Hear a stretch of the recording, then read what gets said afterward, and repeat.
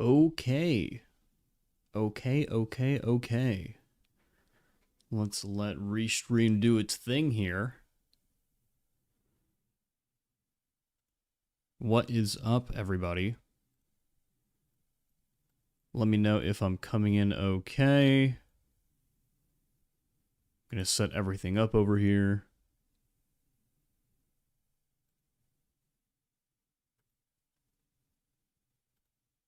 Pop out all these chats.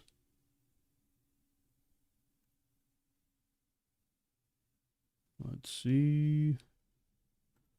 Pop out this, go over here.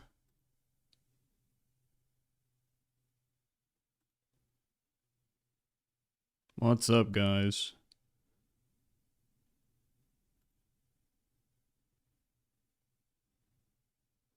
Morning, Vons. Morning, Acel.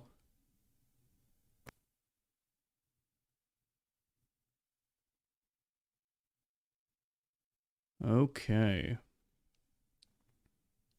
Guys, I think we did it.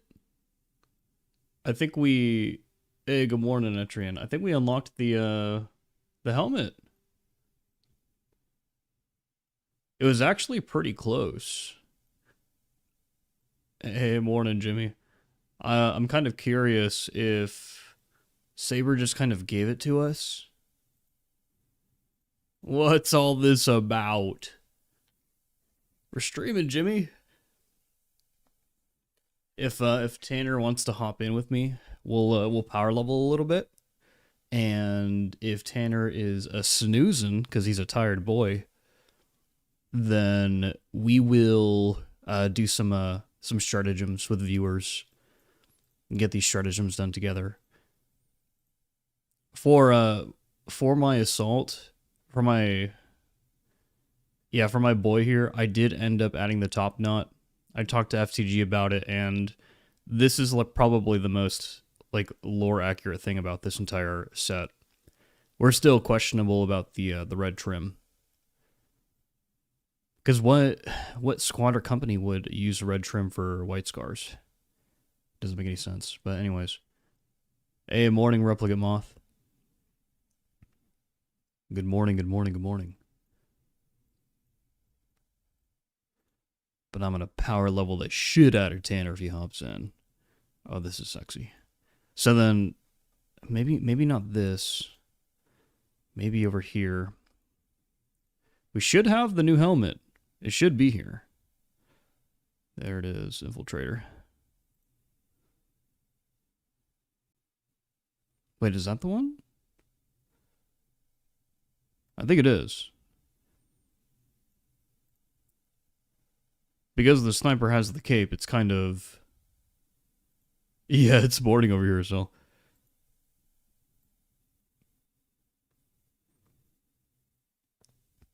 There it is.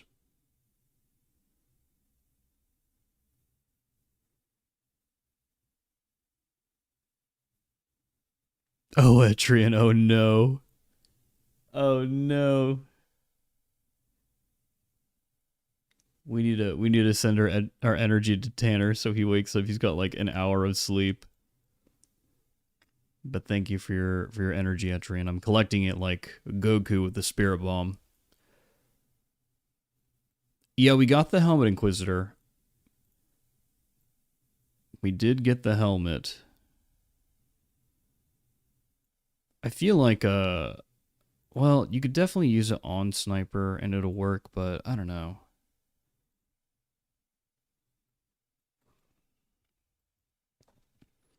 Inquisitor, you know my stance. You know my heretical stance. I'm an unbased Primaris armor enjoyer. Unashamedly. So I prefer this helmet style. It looks like a techno knight, but hey. I could see that working like this right here. If you were to slot the infiltrator helmet in. Yeah, this looks sick. This looks sick. Yeah, my contribution of one Vortex mission in which I was carried by first Tor Guardsman on Absolute, was worth it. We did it. We did it together. Does the neck joint fit on Phobos armor without clipping? I think so.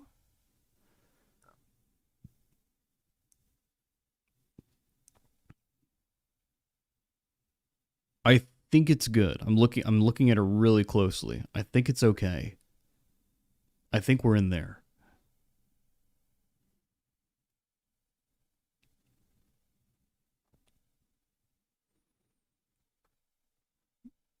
I prefer this though. This is so fucking cool, guys. This is so fucking cool. This Death Company set is like it.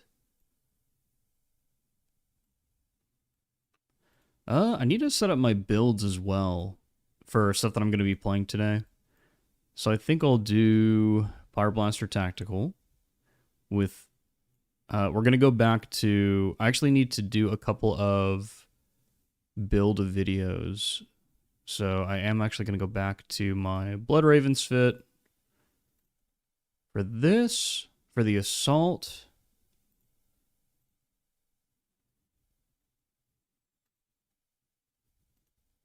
Vanguard's good, Bulwark is good, Sniper is good, and then Heavy.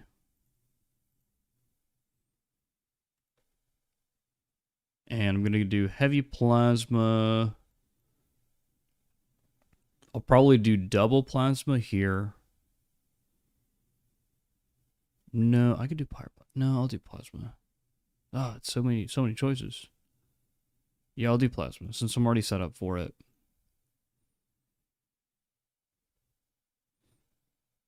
Do double rate of fire.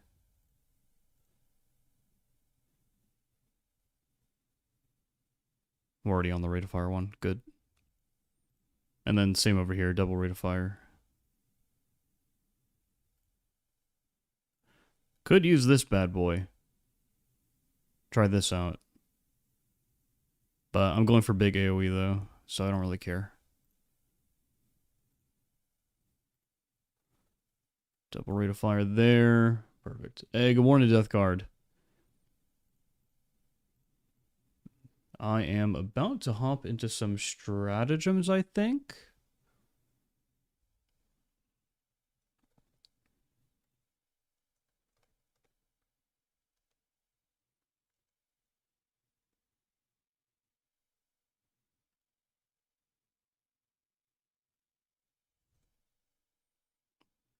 I had heard that the weekly and daily strats were not that bad. Jimmy said that in chat.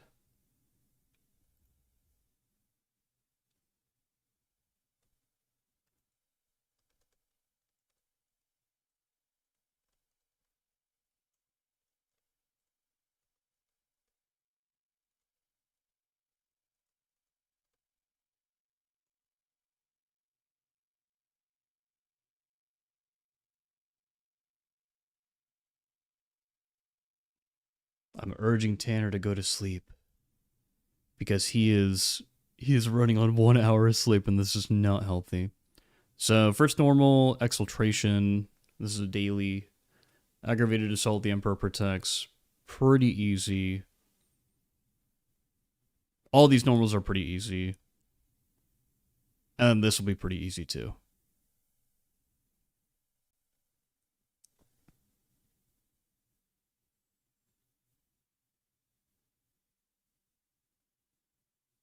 Obelisk was hard, Jimmy. Oh yeah, I mean, 66% max. I feel like suboptimal state is like the hardest modifier you can possibly get. That just throws everything off. It's a huge nerf. Yeah, he does that, Etrian. He does.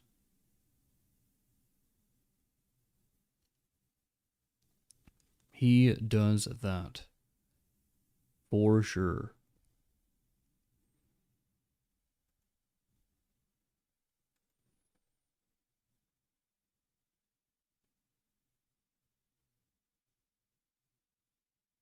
Equipment malfunction is doable, especially on certain classes. Like it doesn't really matter. Like equipment doesn't matter as much. Summoner is pretty fun. I could see Vox Liberatus being difficult for some people. Oh, and this is easy. This ballistic engine is literally just basically a regular mission, but with a timer, and no vanguards allowed. No vanguards allowed. Yeah, when you have, dude, when you have suboptimal state and armor malfunction, it's just a double whammy of like annoyingness. Like you were not allowed to play the game at all.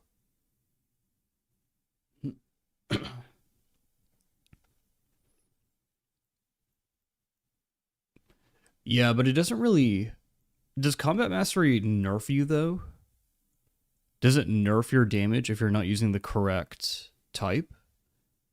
Because I assumed it was just a damage increase. And so honestly, I don't really lean into it. I just kind of like, when I see that it's up, it's like, oh, cool. I'm doing more range damage. Awesome. You know?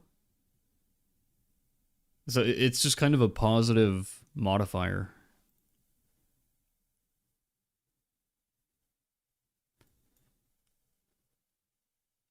Okay. So these are the weapons I'm using. Make sure that my build is set up for plasma. Today we're going to be using plasma boost, of course, because double plasma makes plasma boost like a really fun perk to play with. Height and vigor, as always. It's just the only one worth taking here. Emperor's Vengeance, as always. Honestly, it's the only one worth taking in this column. Secure stockpile. I could see you taking something like transhuman physiology or aligned aim. Probably more aligned aim. Whenever you can't use equipment. If you're going to bring tactical, I suppose. And then I'm using the kind of the regular Auspex gear package. Auspex parry. And radiating impact. I think both FTG and I really like this one. Marked for Death could be good for this too. Because if you want to do Marked for Death, you can run like a heavy bolt pistol. And run Marked for Death. And you can kind of have a controlled 2-minute like extremist delete button. Like better than a cracker grenade. Just delete extremists on demand kind of button. It's pretty nice. But attack, you don't really need it. You're already doing so much damage.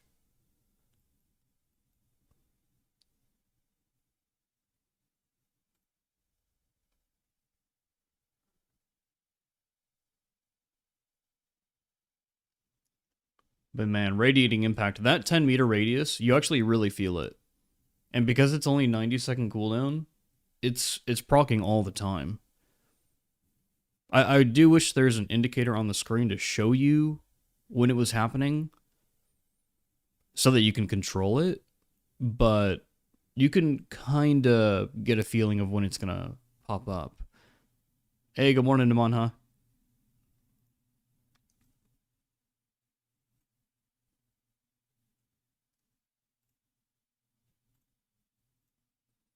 And then for Assault, I'm actually a huge fan of the Wings of Flame and Gunstrike build.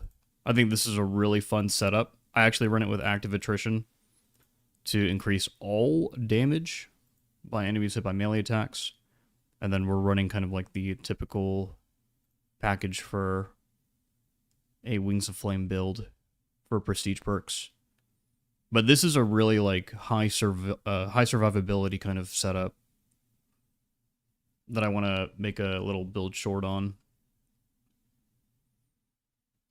And I believe Hammer of Wrath actually procs off of your jump pack dash, which means that I'm actually overlapping here. I need to change this. Because Adrenaline Boost is not going to be doing anything for me. I guess Duelist is the only selection I can make here. Yep. Scrambled practice aim. I'm actually glad that I went over this, because I completely forgot that this makes you not lose control on heavy hits. Hey, good morning, Captain Frisk. Absolutely. Any chance that I get, we're purging Xenos and heretics. I'm wrapping my hands around their body and embracing them with the warmth of the Emperor. The Imperial truth, some would call it. And then Power Axe, we've got the typical parry stick setup. Heavy bolt pistol with rapid health. I know that FTG and Zambit like to take... They like to take plasma. Like, if they're trying to be really optimal, they like to take plasma for damage. But to be honest, having rapid health, like just access to rapid health, is phenomenal. It's just such a good perk for, especially on like a Tyranid mission, when you can farm the HP. It's really freaking good.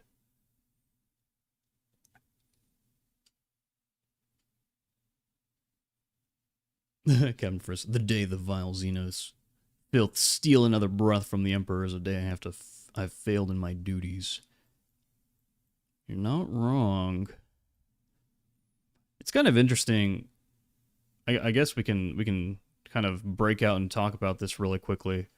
So, guys in chat, Twitch or the boys over on YouTube, who has actually read a good chunk of the Horus Heresy? It's okay if you haven't. I'm just curious. Who's actually read a good chunk of the Horus Heresy novels? Oh, I'm a super Blood Ravens fan, Cam Frisk, 100%. 100%. But if you haven't read the Horus Heresy, it shouldn't come as a surprise that there aren't really too many Xenos in the Horus Heresy.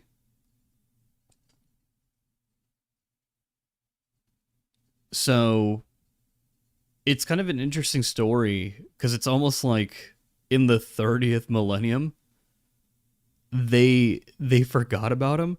Like they appear. There's like, especially like when well, I guess I kind of feel like side characters throughout the whole thing. There isn't really much impact from Xenos in all the novels, because like if we're talking about, like, let's say the first 3 novels, you've got like the Megarachnid, for example.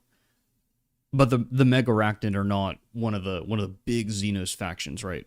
You know, they're not really like the Eldar or the Necrons, where they would put up like a crazy fight and may kill a named character or two. Oh, would you have to only read the first 2 Horus Heresy books while waiting for the third to be translated into your language? Oh man, that's going to take a long time. There are 54 books. There are 54 books. Namanha, I know exactly where you're coming from, because whenever I go to a bookstore, I only ever find the first 3 Horus Heresy books, which is fine, because the first 3 Horus Heresy books, I think, are like the mandatory reading. Like that's honestly the reading that everyone should do. First 3 Horus Heresy books, and then you could honestly jump into the 8 Siege of Terra books. Like, if you want to get kind of a good understanding of what the setting is about from the Imperium's perspective, just do that, and you're good to go, right?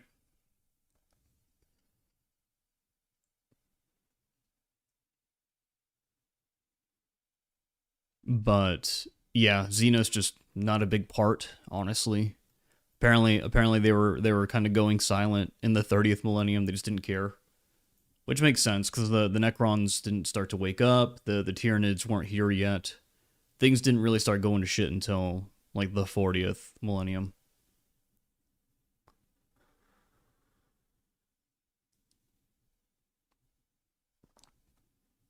Oh, Parallel Orb, I can't remember. I'm doing a reread right now, actually, of the entire Horus Heresy. Like, I'm just rereading through... Not rereading, I have all the audiobooks. I'm just re-listening to all the audiobooks. I would like to get a physical box set for the Siege of Terra. I'd like to have that collection in my library. That'd be nice.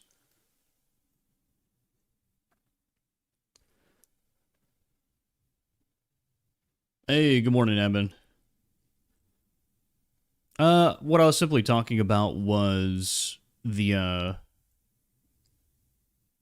basically Xenos presence, or like Xenos activity in like the Horus Heresy, and how it really barely shaped the Horus Heresy. It's kind of weird how in 30K, like it really is just purely a story about the Imperium, and a lot of the Xenos races that appear are just punching bags, which kind of makes sense because the Imperium was at its height.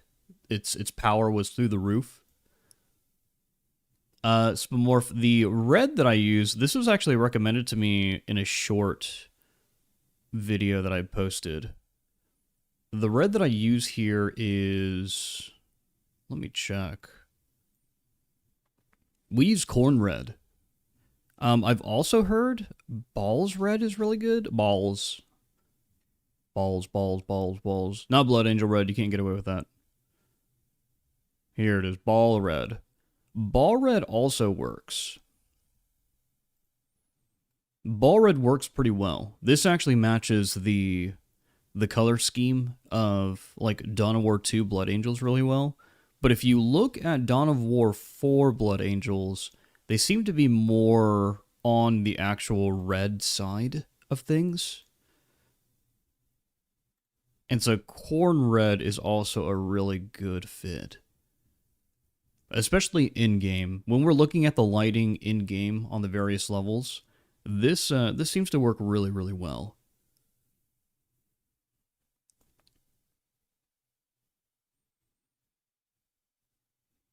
Okay, well, I'm glad that we fixed that for my build here. That would have been kind of embarrassing to put out on a video or something, and like I'm overlapping two things. For the Vanguard, I think I might just start using the Neo Volkite for damage specifically. I might. For things like the Vortex Beast that don't have a head. Like, I might just have this for single target, basically.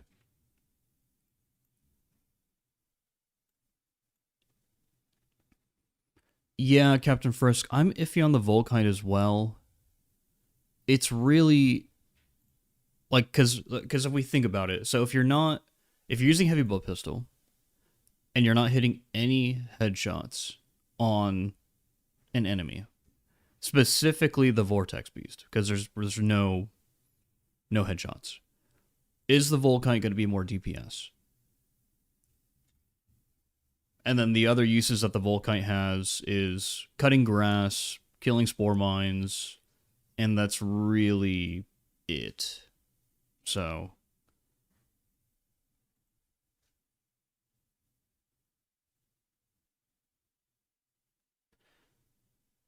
this 20% Ember Reserve is actually pretty appealing, because that's an extra 130 ammo. That's a whole another magazine, basically. That's something I have to think about.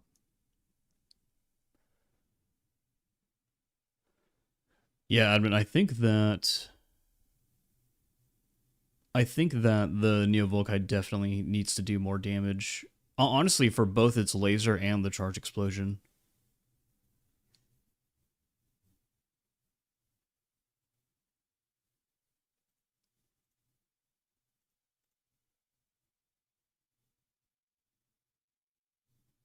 Oh, yeah, I suppose.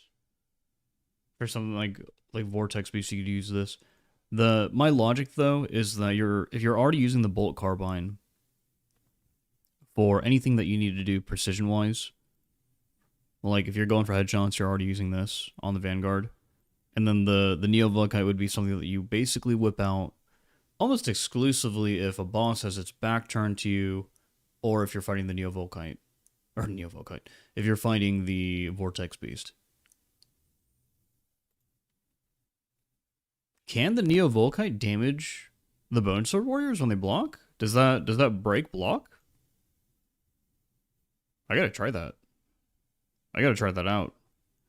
I think I think that the way that they bail the Neo Volkite out of its current slump is they need to add a heroic weapon that makes this thing absolutely shred.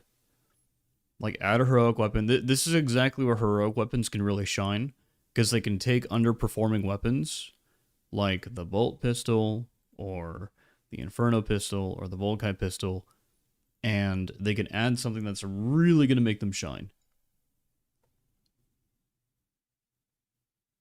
Oh, it does. Okay, Vons. Admin confirming it as well. That's actually pretty good to know. That's actually really good to know.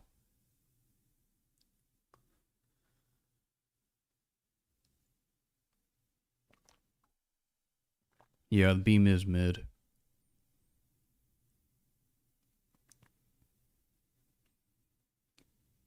I feel like you don't build the beam then. I feel like the way you build this is go for this so that after you gun strike, it just heats extremely fast. And then we go for more heating speed. Where is... This is nuts. 2 seconds?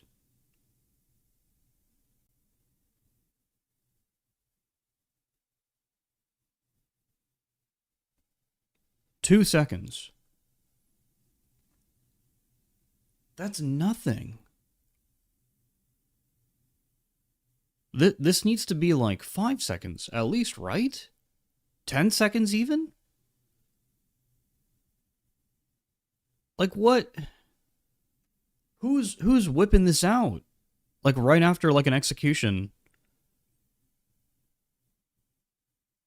Is it enough? Like I'm trying to think about this. So you execute like a Majoris, and then you turn to the next target, and then will you get this explosion off within a second with 30% heating speed increase? I saw Laughing Oni. Yeah, I saw this morning. I saw it. Looks very good on Vanguard. I think it's something I gotta keep in mind. Maybe with that chess piece from the Accolades.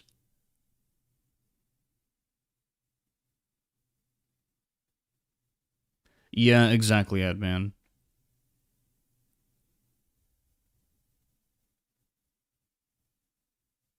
And then I think I would want the Terminus damage. And then the last one's like this, like...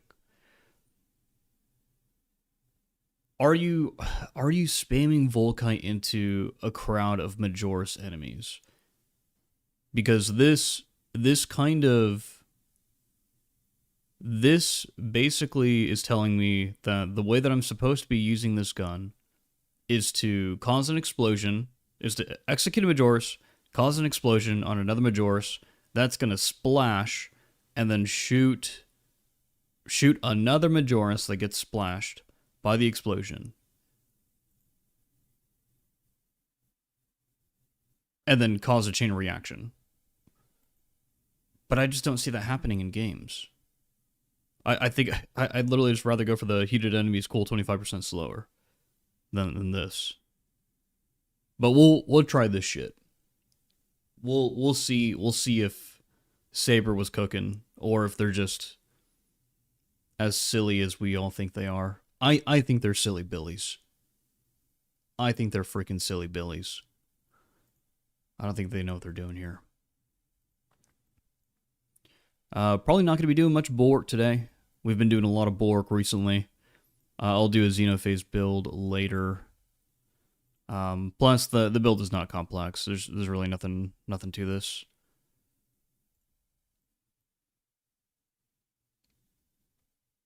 Yeah.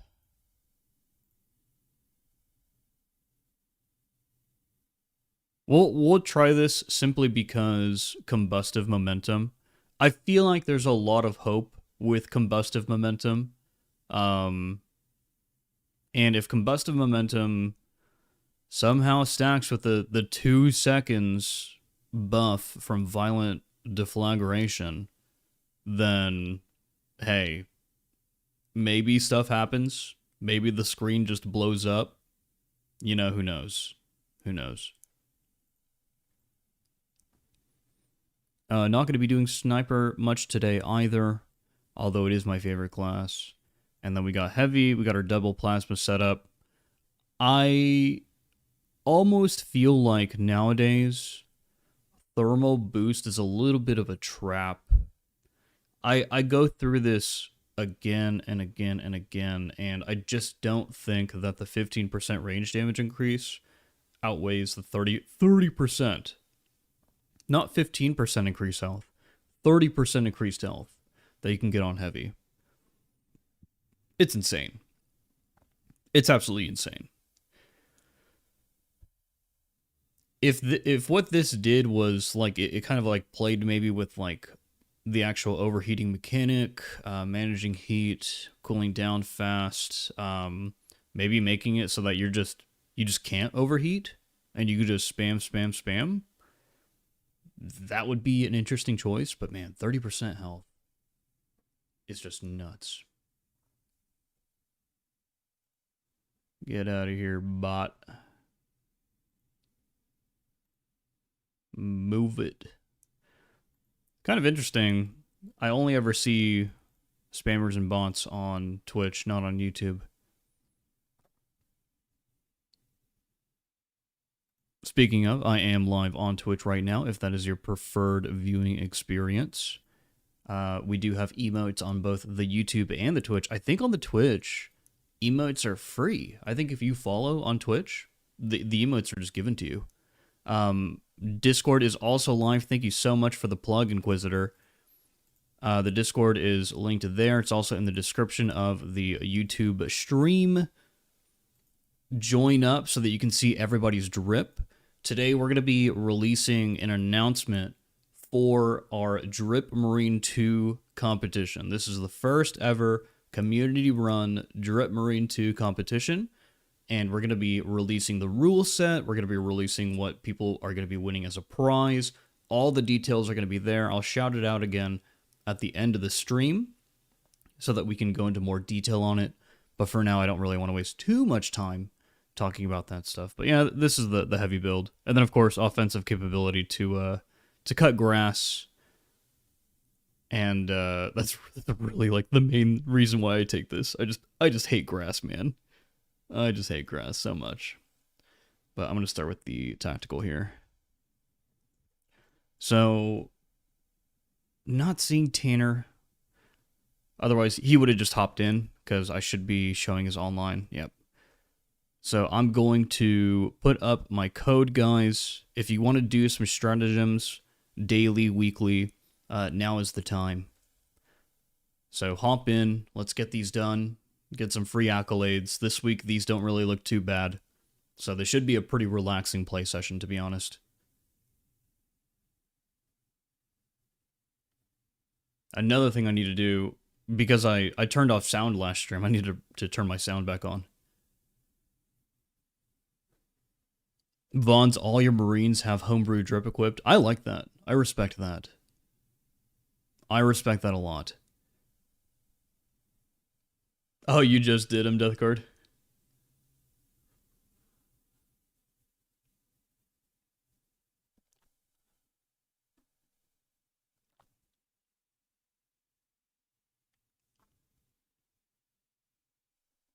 Oh. We've got Perturabo. Oh.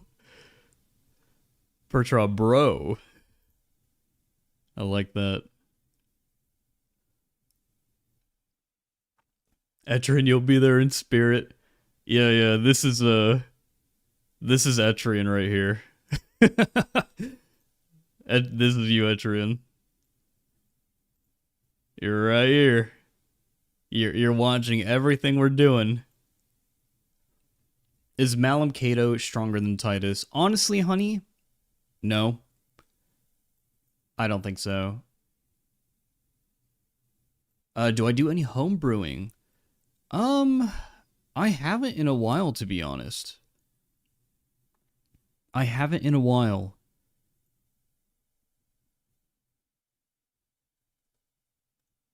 Okay. Let's go down the list here. Oh, awesome, Inquisitor. I think this is the first time I've played with you. So this will be fun. Let's hop into Ballistic Engineer. I'm going to turn this on to private so that people can't hop in case anyone disconnects. They could just rejoin. Yes, Namanha, we all got the infiltrator helmet. Everyone did.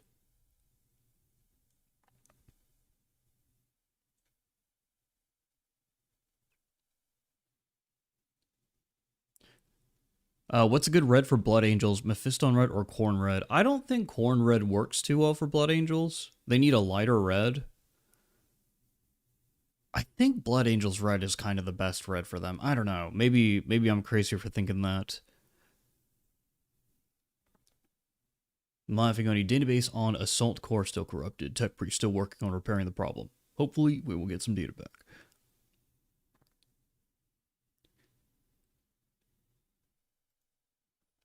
Oh yeah, I gotta turn my sound on, bro.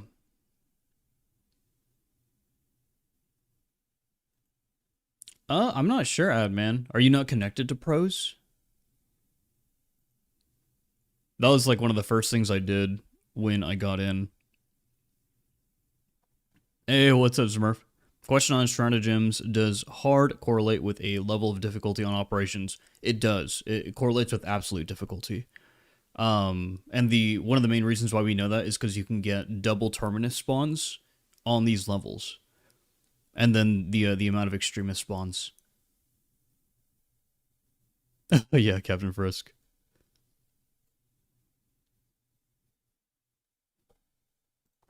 Let's go ahead and turn on our game volume. Whoa. Oh, wait, we don't have time. We don't have time to do our mandatory drip inspection. We gotta do it at the end of the level when we're waiting around. Yeah, Ball Red's really good for Blood Ravens. Death Guard. Oh, Buns, I'm playing as the Tyranids. I'm over here rolling my dice and making sure you guys die.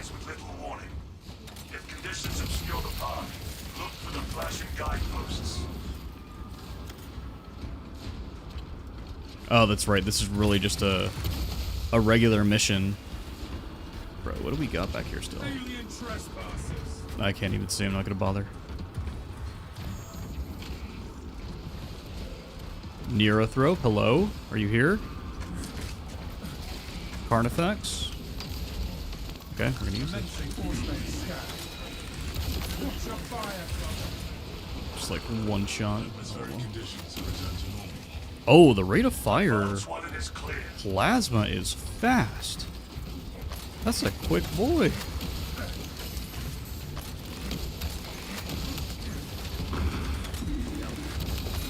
That is smooth.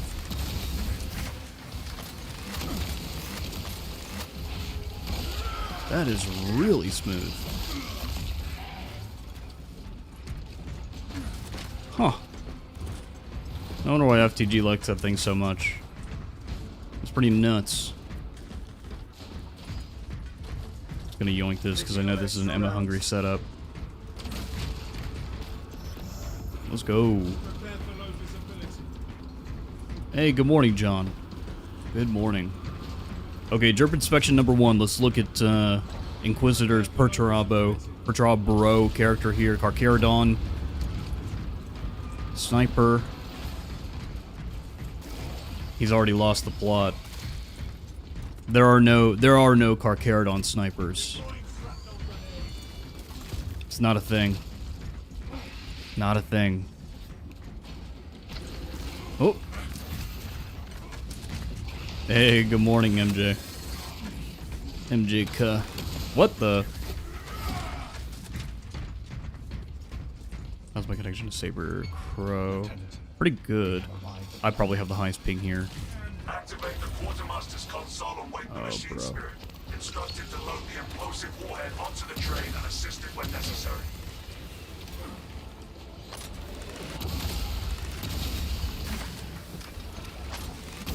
What is this Biovore doing? What is going on? What's a good chart class? Vanguard or Assault? Definitely Assault. Definitely Assault. Definitely. What? What was that? This is Heresy. This... Whoa.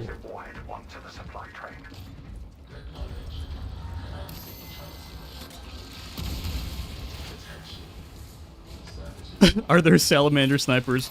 I mean, if you're like an initiate. I don't know. If you're an initiate, there certainly are. Oh no, dude.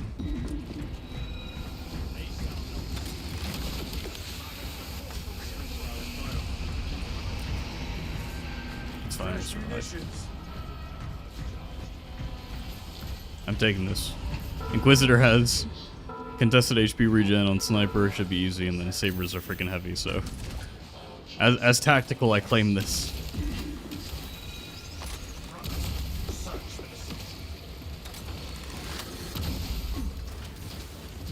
Hey, good morning, Fred. I'm looking at chat while playing at the same time. Probably should not be doing that.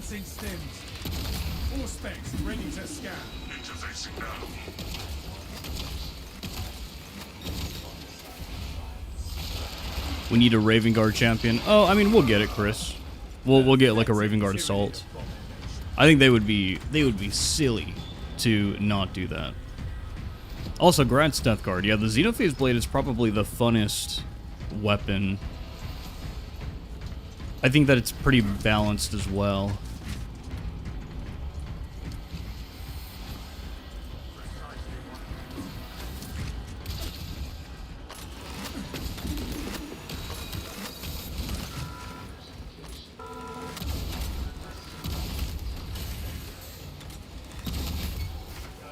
I feel like Plasma Tactical is really difficult to play like contested HP. Or play your contested HP. Oh no, Peter Robbo.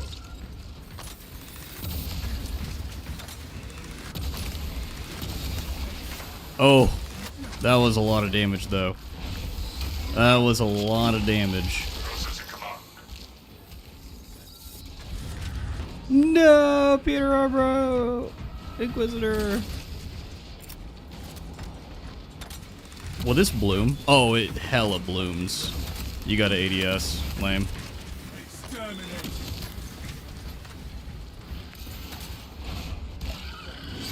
Make sure you have the pistol for the CHP. Yeah, I need to whip it out fast. Or faster, even.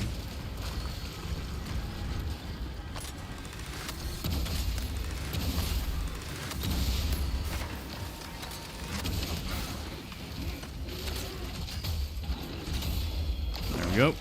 Oh!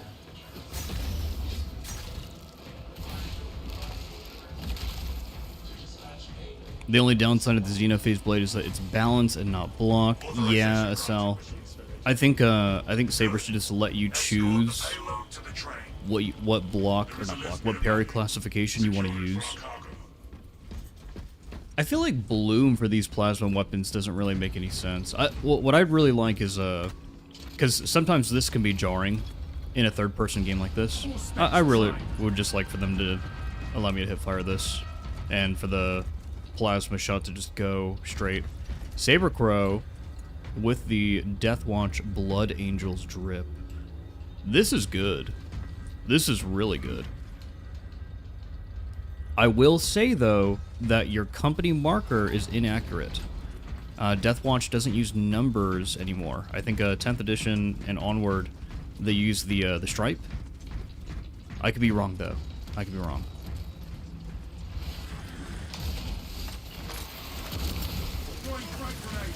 Blood Raven Assault would work right. Oh, the Blood Ravens have all all units. Like, I don't know what a champion for the Blood Ravens would be. Let me think about that. Chapter Master is Gabriel Angelos. He's got a Thunderhammer, but he's not really an assault. Not by any means. Yeah, I don't know, Chris. I don't know what would be the most like accurate Blood Raven. I guess tactical, right? Yeah, Death Guard. Sometimes I have a lot. I just like bolt weapons. Bolt weapons, in my opinion, are so freaking fun. Whoa, bro. What? What is happening? He like teleported behind me. The Lictor pulled off like the old like Omairo Shinderu. The dust storm has settled. Let's do this. What?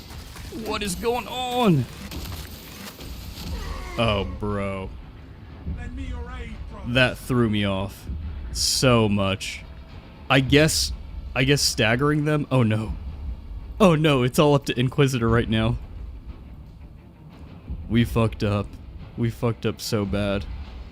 He is a sniper. There we go, we saved it. Oh! My goat! My goat! There we go.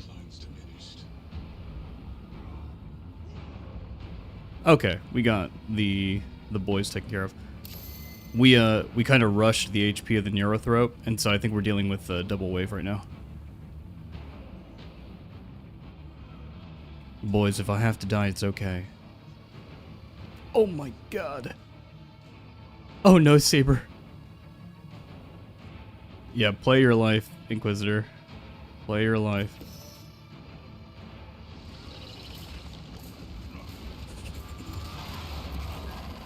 I generally like block Gamer Dodo, but that was weird. Oh no, boys, we suck. We suck. I'm just falling Vanguard. I mean, I could bring Bulwark. Yeah, let's go again. Let's go again. Let's go again. I'm just having so much fun looking at chat.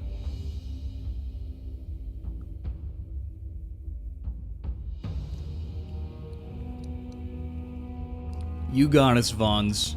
Never playing kill team with you ever again. Ever. Yeah, you certainly won.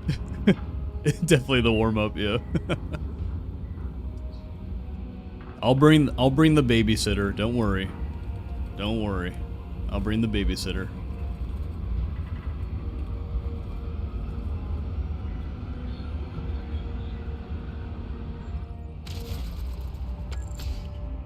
Hey, good morning, Doom Boy. Don't worry. On Sunday, we've got the drip competition. So, you're gonna get plenty of drip. It's gonna happen. I blame the new helm, couldn't see. There you go. Alright, we got the babysitter. I can now just hold block and just look at chat. Rufus, so when do you explain all 40,000 of the hammers? Cyber asks, shall I buy the Gladius or just customization? Cyber, if you like the balanced parry window on the knife, the Gladius exists for you. If you don't care, like if you're block pilled, if you like the block window, or if like you just want the CC effect from block, the Gladius is not really worth it. One of the issues with the Gladius is that it hits the damage cap extremely fast. Like just one perfect dodge and you go invis with tactical ambush and you're already at the damage cap, which is nice. Like that's good boss damage right there. But, hey, you gotta go for the drip, you know. What about fencing? Well, there are no fencing heroic weapons right now. They don't exist. They don't exist. So, if you're you know, fencing Andy, that's like what you prefer to play with, then it wouldn't be worth it. Like, survivability is always going to be much better for any individual player than damage, as we just proved. Retaking those sectors is a lost cause. Bombardment from orbit risks collateral damage, so we need a more targeted approach. Commandeer a Nova Cannon implosive warhead. But Rufus, we'll explain all the Warhammers as we stream here and as we talk. We shall collapse the superstructure from below. You mean the Gladius is good for fencing? Well, you can't equip fencing for the Gladius. It's a balanced parry window. It's locked in. Let's go. Disturbs Hammerax's arid landscape. Dust schools can arise with little warning. You missed the high-speed block weapons that used to exist. You mean like the Artificer Chainsword? The Goat? The OG?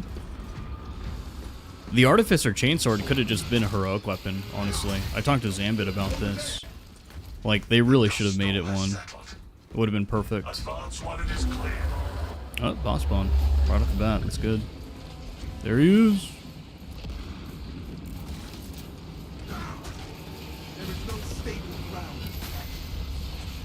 Start cleaving all these Majoras down for the team.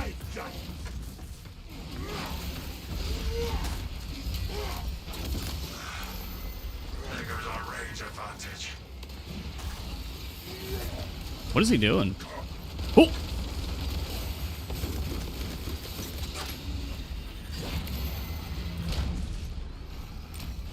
Get out of here, bro. Oh, we're gonna get hit. Oh, we didn't. Finessed. The dust storm has settled.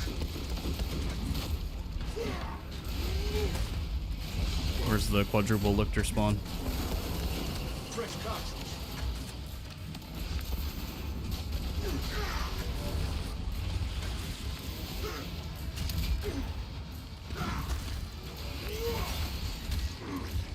I'm missing that window. There we go.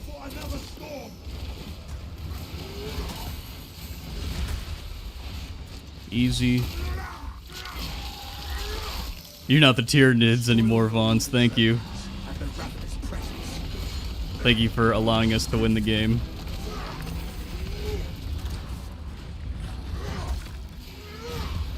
Don't throw behind me already die?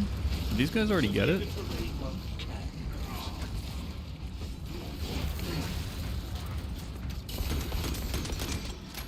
Pretty clutch.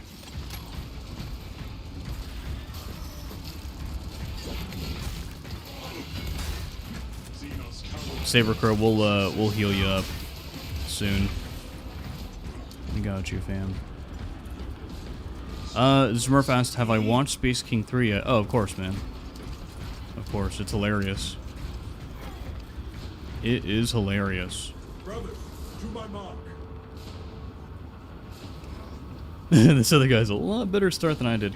Well, Vons, he deployed the Carnifex right away. You basically had the Neurothrope in reserves. You tactically deployed it. Deathguard over on Twitch says that the new helmet goes hard with his Space Shark Vanguard. I could see that.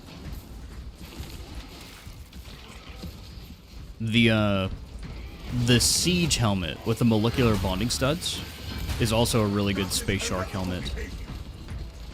Molecular bonding studs for Space Sharks, like, basically just goes hand in hand.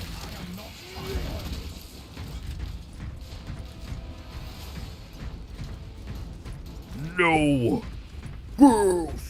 Around! That shit was funny. Activate the quartermaster's That shit console was and wake funny. the machine spirit.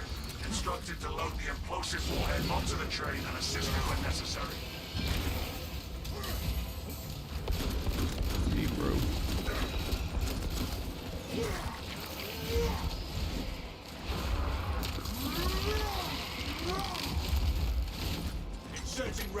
Okay. Dude, I want to play as Tiberius in Space Marine 2. Jeff, what are your PC specs? Dude, I have a terrible PC. Like, I'm running on like a... I play on a laptop, guys, to be honest. I can't remember what model this is.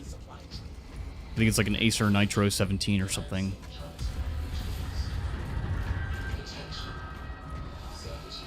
I should be hugging Saber Crow because he's the one who I want to heal up here. They are Omnissiah approved, ironically enough. I wonder if Saber can just heal off of one heavy plasma incinerator blast on like a wave of gaunts with full CHP. Oh, won't need to. There we go.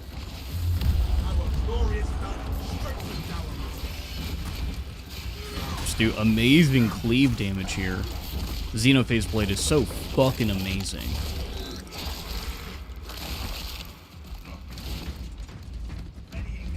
Yeah, just remember, guys, Carcharodons are actually getting their own cosmetic pack in year 2, which is pretty crazy. Like, okay, when you guys go to your local game store to play Warhammer, if you play tabletop, obviously if you don't play tabletop, this isn't going to really apply to you, but just think about what the most popular chapters are online, I guess. I don't think I've ever seen someone with a Carcharodon's army. Ever. Ever. Never ever.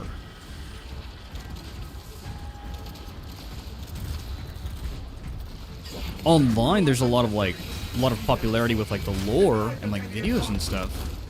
But I don't think I've ever seen someone. Hey, good morning, Barrow. Good morning, Barrow. What's up, man?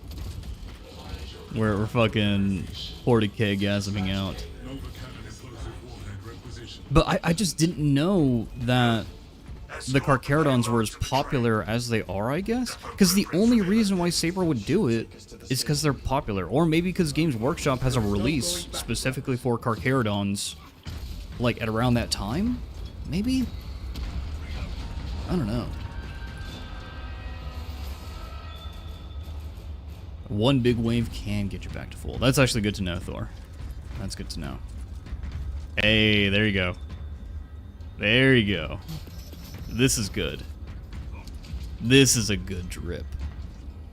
This is fucking sexy.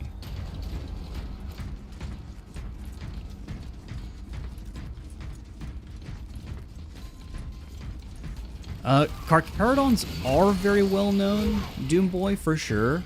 My question is simply, like, do they have the same kind of following that someone like the Blood Angels has, or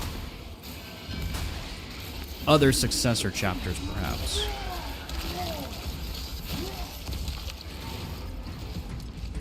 Oh, from the shorts, eh?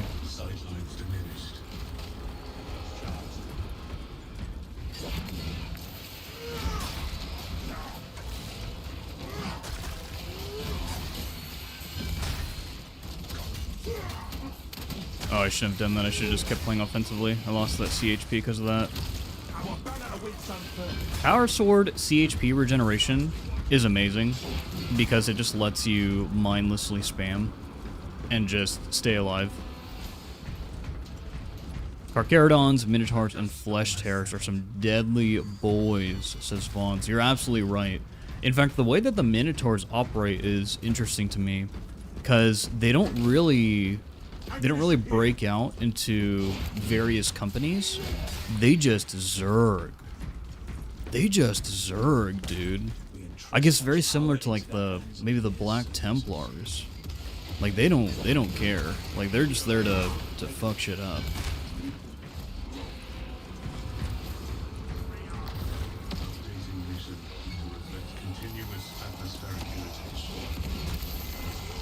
Uh-oh.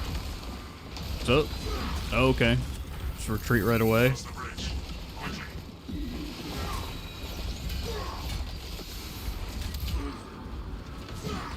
Guess my Ravener timing's off today.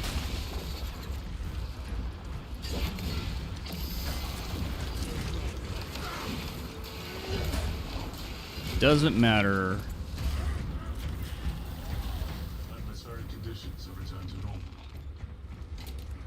Gibber Dodo says, I would say that a lot of the DLC is going to be based off of the book sales or combat patrols.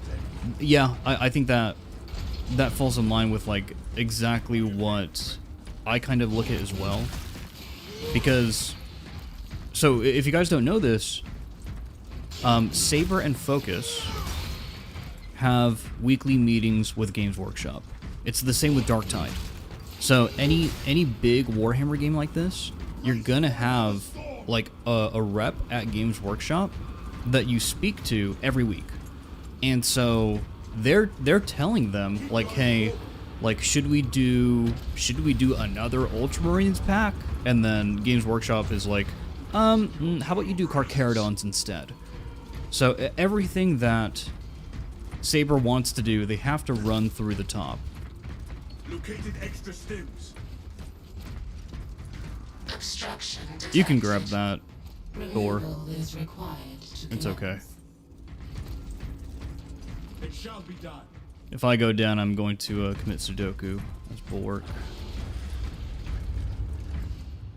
But, so some of these are definitely Games Workshop directed cosmetics, and they may be lining up with different releases. Like, for example, the Black Templar Champion, that lined up specifically with a release.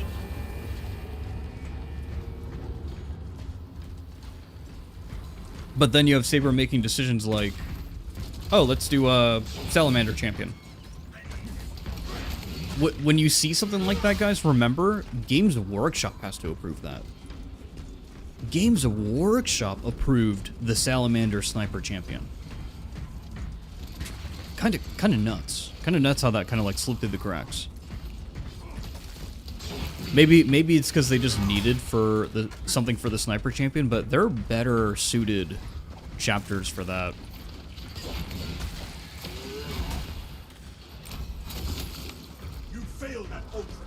Cyber asks, Jeff, is Blood Ravens your favorite chapter? Absolutely, 100%. The main reason why Cyber is because Dawn of War got me into 40k in the first place.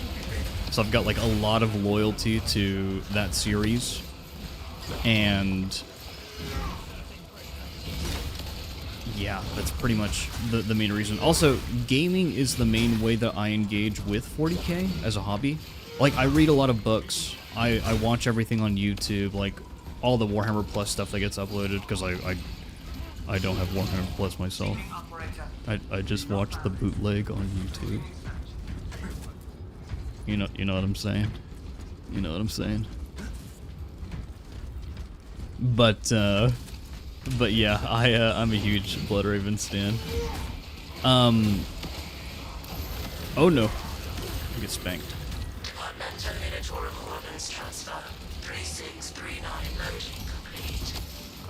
From I guess from like a tactics and theme standpoint, my favorite. We won't be able to reach him here. I don't like spamming the shield bash because it's too good. But I think from a tactics standpoint, my favorite chapter has to be the Raptors, because the Raptors are the most pragmatic, practical, and in my opinion, realistic chapter in the game. Because they're the only chapter that will change their armor color based off of the environment that they're in. They have a desert camo, they have a jungle camo, etc., etc. And then they use guerrilla warfare hit and run tactics, which I feel like are much more suitable for this setting, for the deployment of Space Marines. Unless you're, the Minotaurs or the Black Templars, where you need you just need some major freaking Astartes support. But a small squad of Raptors, because of the nature of how they operate, they're all infiltrators and snipers and everything. They can do a lot of damage over a long amount of time, wherever they're deployed. I really wish we would get more Raptors books.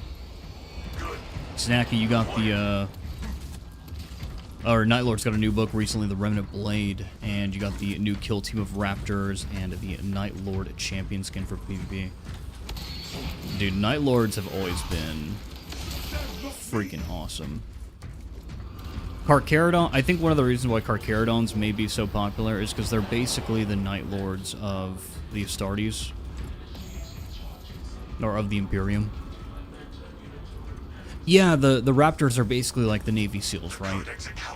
I think that's probably why I'm a huge fan of them as well.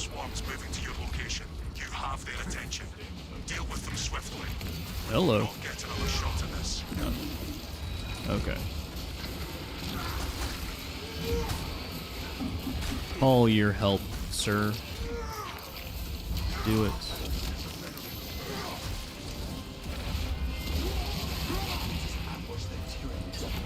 I'm actually hopeful as well, Doomboy. I think that Saber is learning a lot from Space Marine 2, with the most important lesson being that they can make a lot of money in Space Marine 2. I think that Saber is seeing the forest for the trees here, and they're probably thinking to themselves like, oh man, like we can release a cosmetic pack like every quarter. We could really increase cash inflow and just, you know, like pump out 2 operations every 2 months, or 1 operation a month, or whatever it is. Like, they can do it.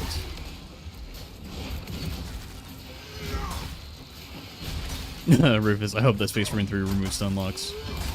Hey, don't get your hopes up, buddy. Don't get your hopes up. You said it yourself. Saber doesn't really do balance well.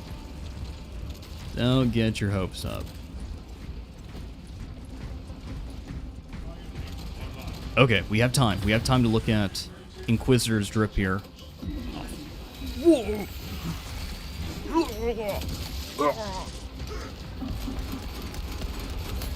That's the sound that I imagine Space Marines make when they're getting filled by freaking gaunt bolts.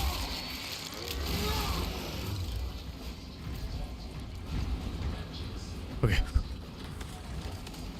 Molecular bonding studs on the left shoulder. Excuse me, sir? Excuse me? Inquisitor, this is a 5 out of 10 lore accuracy, heraldry accuracy.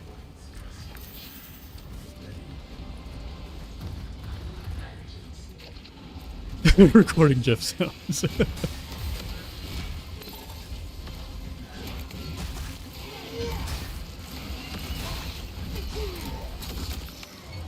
What Warhammer are we up to so far? 28,763 is my favorite.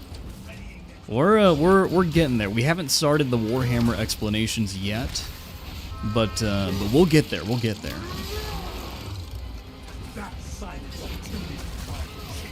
Oh, Snacky. I think most people want playable Chaos Space Marine, like skins or whatever. I think that would just be phenomenal. I should have put the banner down there. I think it would have been too late for Saber Crow there for Thor. That's fine. We'll get him on the next one. I haven't been like using my banner at all. Really hasn't been any need to. I have a feeling we'll get a boss spawn, but we'll see. Doomwell, you wouldn't want to see this become an MMO. Space Marine 2, but simply more campaign and way more PvE content. I don't think there are too many... I don't think that there are too many PvPers in this community, to be honest. I don't know if I got him.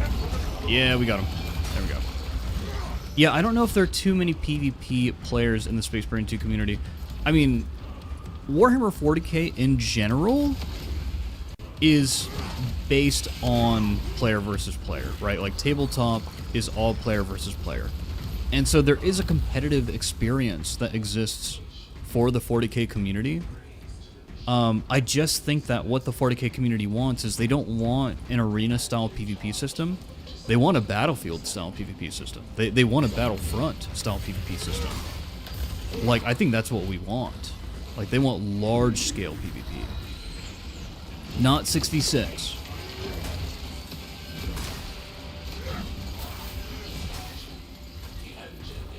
Death Guard asks over on Twitch, do you think all the cosmetics in Space Marine 2 carry over to Space Marine 3?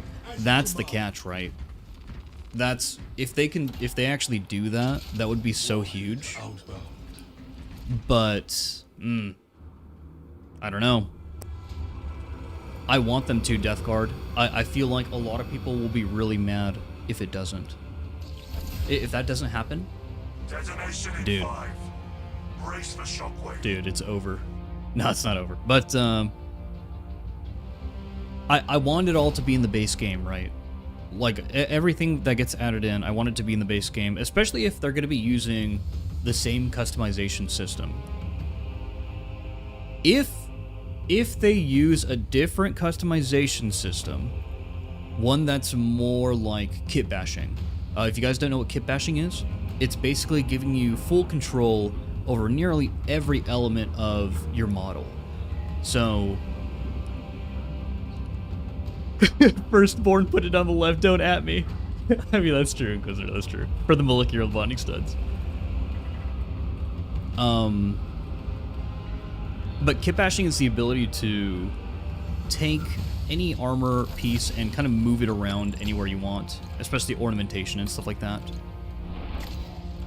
Condi Phoenix says, I'm new to Space Marine 2. Any good tips?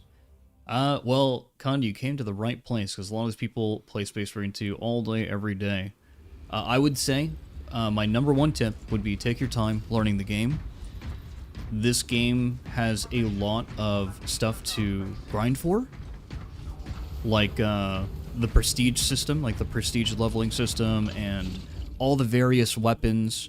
Just really take your time learning the game, and really take your time just leveling all the weapons, okay? I think that's how you're going to have the best experience with this game. Don't try to rush anything. Just take your time, learn, have fun. Focus on making the most beautiful, handsome Space Marines that you can possibly make. Like this boy right here. Oh man. Oh man, it's perfect. It's perfect. Okay, Inquisitor Thor, let's do the weekly hard. The weekly hard termination. I believe in us. It's no tactical, no sniper.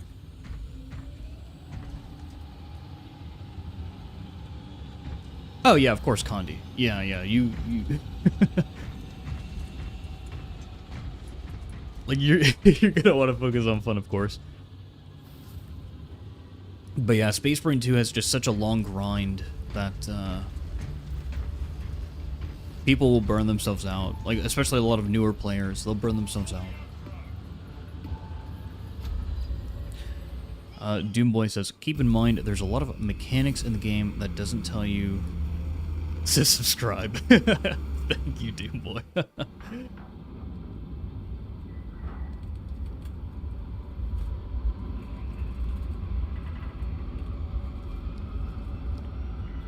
Marvin says, I'm quite excited to see patch 11 next month. As a big Blood Angels fan, I'm excited to see that champion skin for my space vampire boys. Yeah, Marvin, I think it'll be good. Because they're also doing a jump pack as well for the assault boys. I know a lot of people wanted something like a sanguinary guard and everything, but I think having back-to-back assault champion releases would be kind of weird. So you can't really do a Raven Guard assault champion and a Blood Angels one. It'd just be kind of awkward. Oh yeah, absolutely, Fred. Raptors are freaking awesome. Guys, do you ever just stop here and like smell the roses? And by that I mean just watch how the Biotitan absolutely obliterates the Astra Militarum forces in this area. And how they would absolutely just stand no chance whatsoever in this situation. Like, this is an unwinnable situation. This is not... You do not win here. It's so beautiful. I'll go catch up to my team now. The tyrannic corruption grows as we delay. It is time to continue on.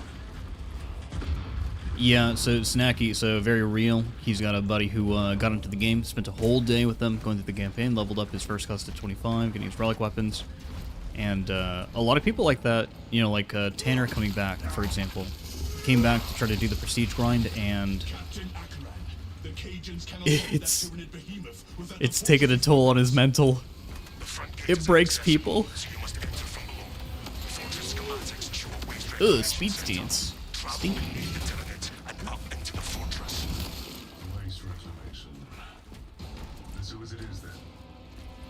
And welcome, Iron Warrior. Good morning. I hope you slept well. Shoot through the freaking tentacle, okay? Or through the spike.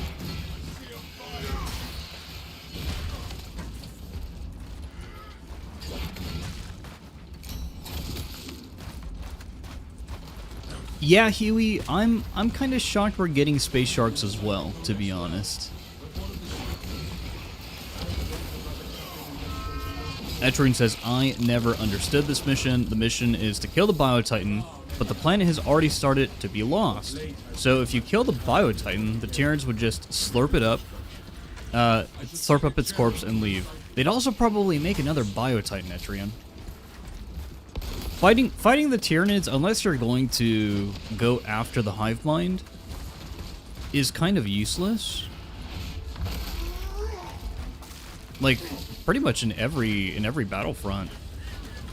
Unless you're the Necrons, right? And you're able to completely disintegrate biomass. Or maybe you burninate everything up. Like you get your salamanders in there or whatever. We knocked his 4 mine back, that's funny.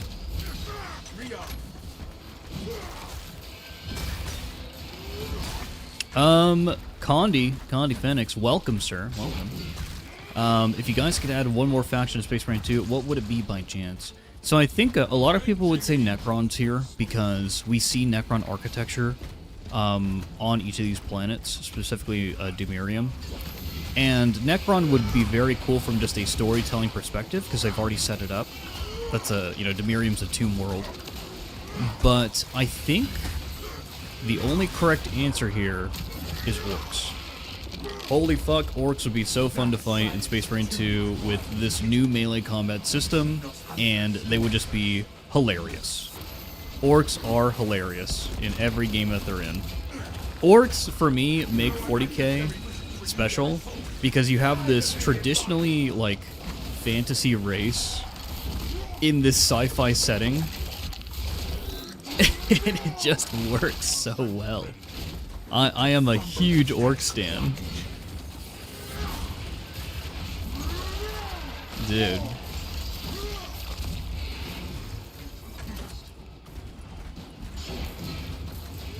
Yeah, get the Orcs in here, man. Get them in. I hope Space Marine 3 has at least 3 factions, and I hope that it's Orcs, I hope that it's Nids, and then they can throw whatever Chaos faction they want in there. They're gonna have Chaos, guys. If they release Space Marine 3 without Chaos, that would be the most questionable decision ever. Because Chaos really makes the setting. It makes the setting what it is. To be honest.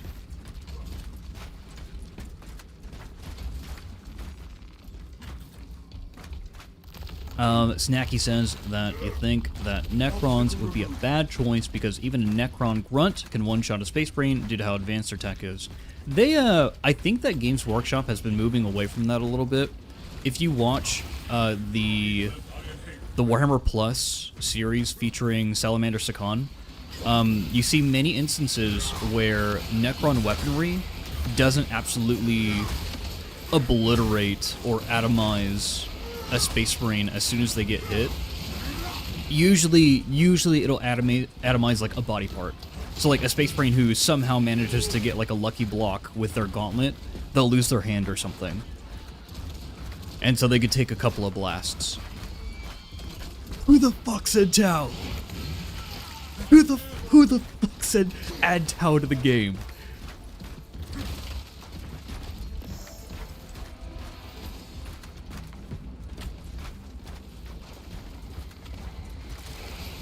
I would want to see Tau in a different game. I would want to see Tau in like a Battlefield style game where vehicles are kind of the, or not the main focus, but a primary focus of the game. Vehicles and FPS mechanics.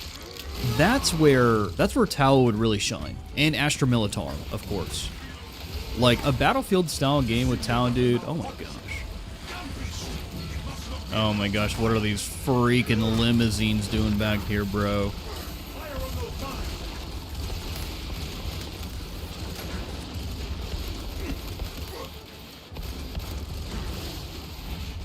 They're just spamming spore mines.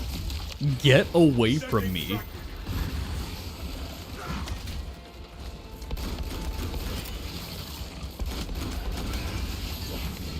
Try to cleave. Go to sleep, go to sleep, go to sleep.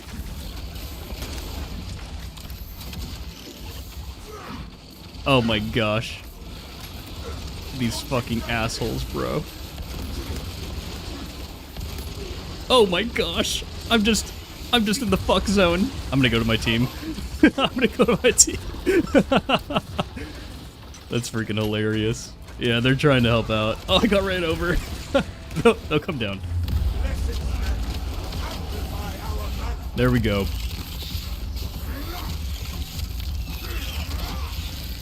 Gosh. The triple Biovore is always so silly. And it's mostly because they just run you over and over and over again.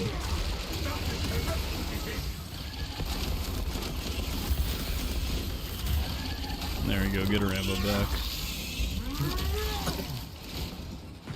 Fresh magazine. Send the Eversor.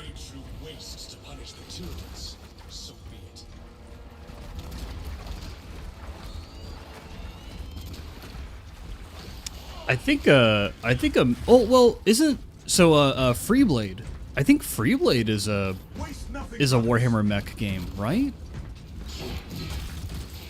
Iron Warrior is Freeblade the one where you go into Titans? I think that's already technically a thing. I think we already have a mech game. It is too quiet. The system has been defiled.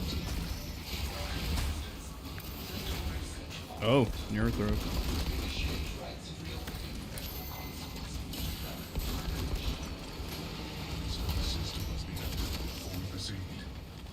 Oh, the Lictor survived that.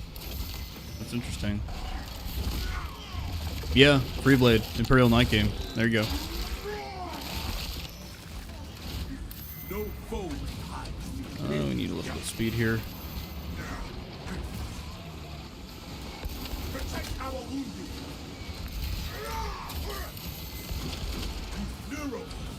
Laser coming at me.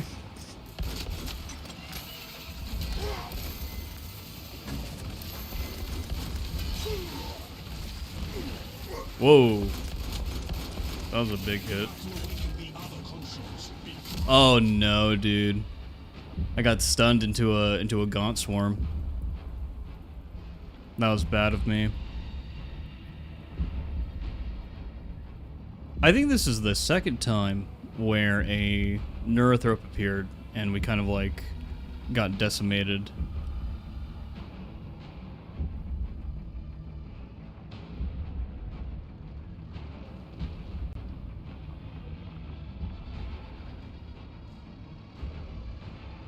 Inquisitors got this. Inquisitors got this. There we go. Oh! Oh! Oh, the speed tech. The speed tech. Oh my god. Oh my god. My hero. I shall remember this.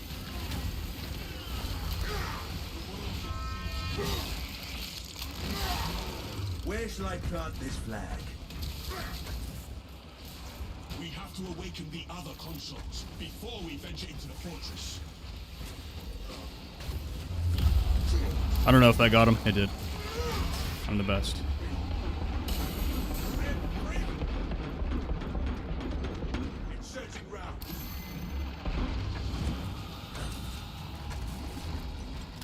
Oh my gosh, we got the wrong classes for this. We got the wrong classes for this. We need our heavy. Reload. We're unable to leave this room until all of the consoles are awakened.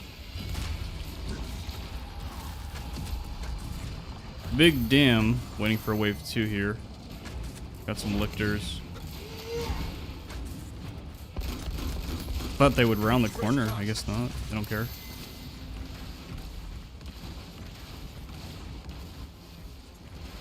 Where's the gaunt? Or the gaunts? I'm just gonna farm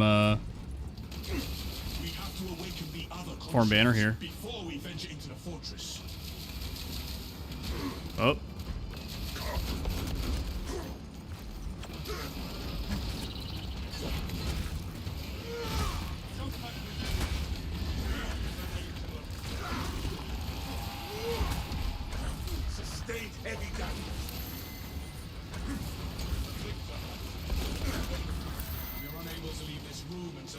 Never trust that you'll be able to go for an execute, mostly because your teammate might need it more than you. There are a lot of instances where your teammate can use the execute way more than you, like Inquisitor right now.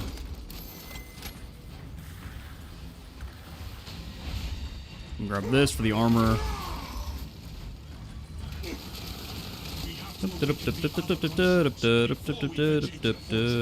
Farm.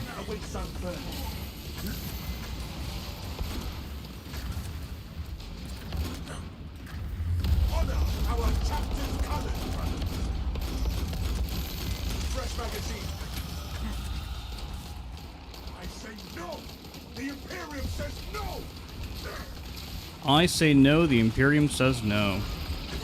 Exactly. And there you go.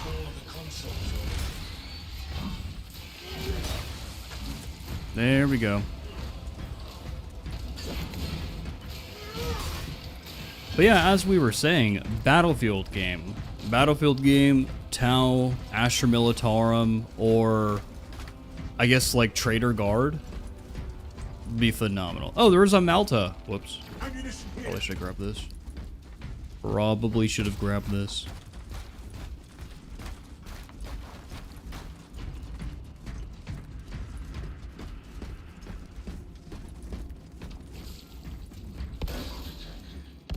Cut the grass.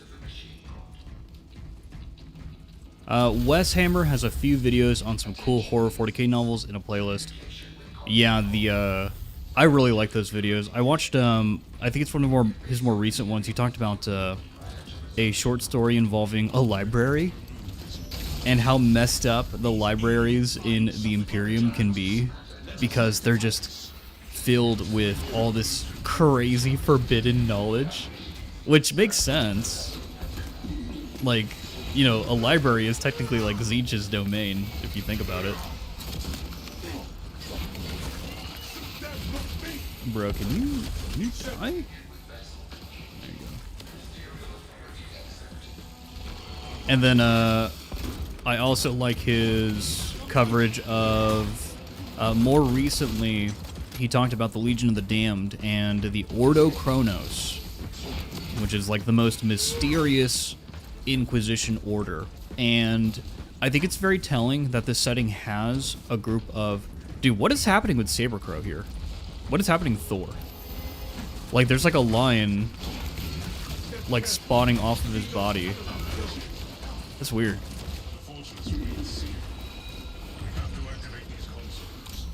Get the gun strike. There it is.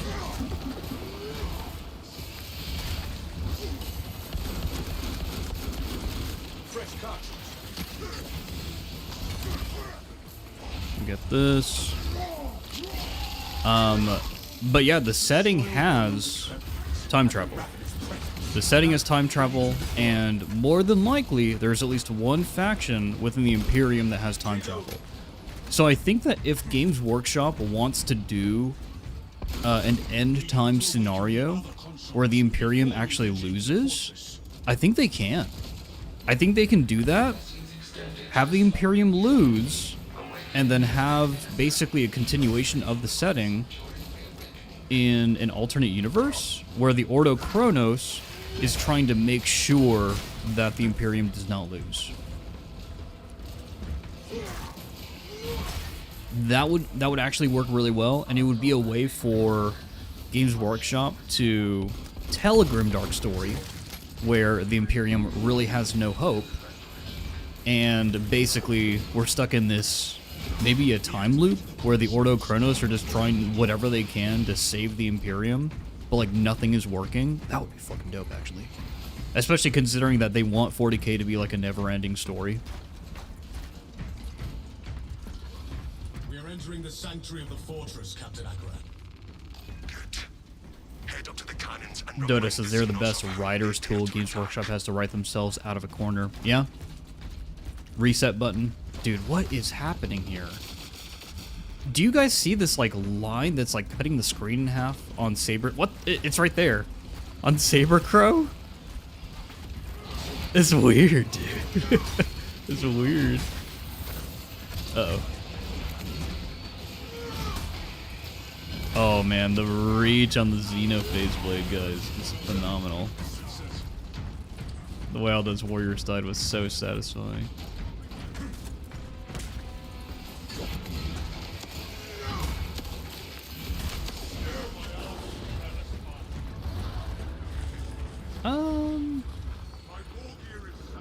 We'll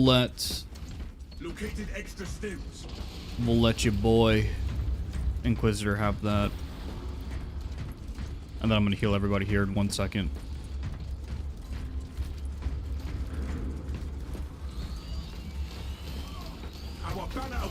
There you go. That's like the universal sign, guys. The universal sign that a Borg is going to use their banner. They spam, my ability is ready. Whoa! I hit that on accident. That was the wrong keybind. Oh no. So silly. Hey, listen, you guys don't get these kinds of gaps in a First Horde Guardsman stream, you know? Only in a Jeffica stream.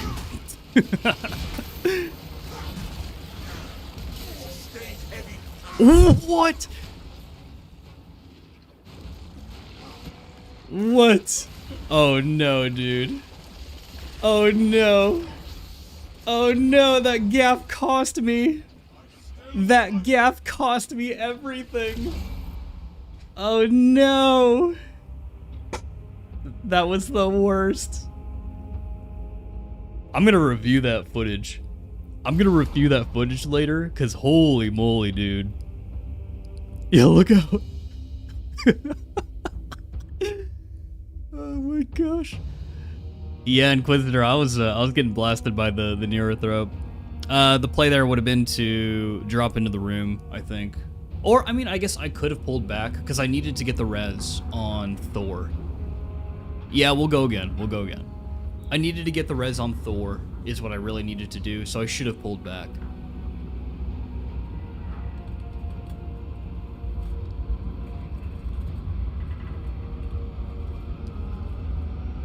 Exactly, Utrud. Dude, we hate the neurothrope here, you know? We really hate the neurothrope here. That was funny, though. Oh my gosh. Lowering social credit score, oh no. Again. Again. Hey, listen, you can't get this kind of entertainment with an AI streamer.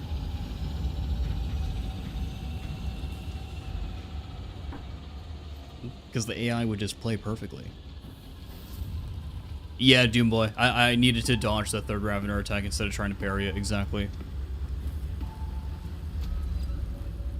I also should have preemptively pulled back though. Realistically. There's a lot of in Space Marine 2, playing spacing is really important. Spacing, line of sight, etc., etc. And you can put yourself into the worst situation possible, or you can put yourself into the easiest situation possible. Nah, FTG is an AI.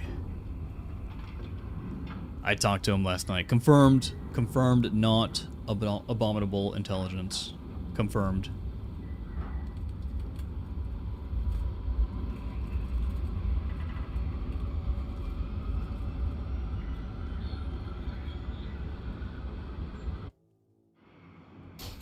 The Tyranids have already established their capillary towers.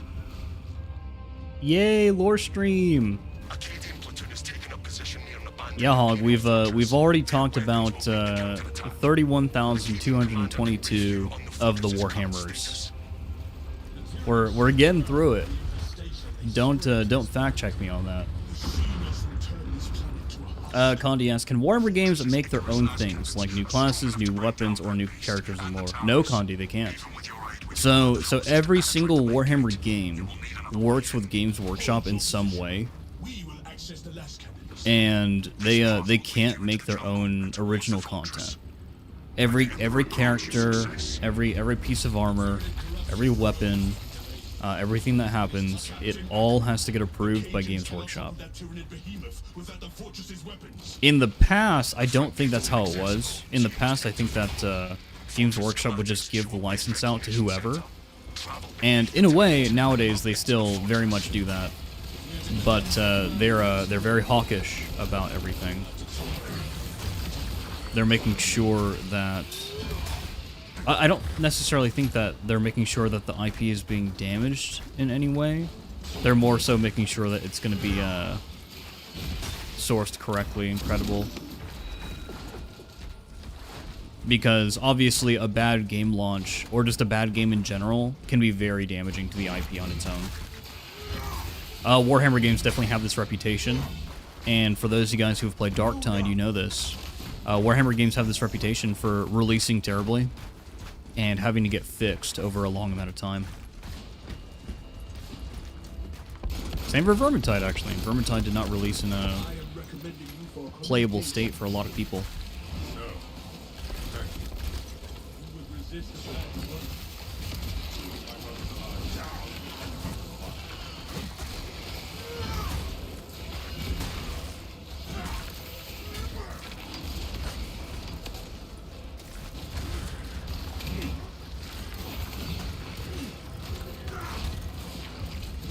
Whoops.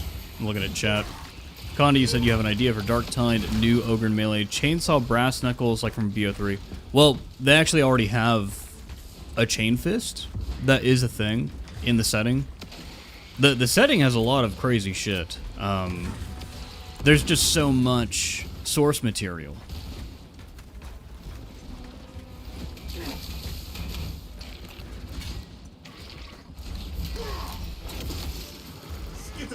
I'm kind of surprised we're not getting a boss spawn here, you know? Like in the area where it's easy to fight bosses.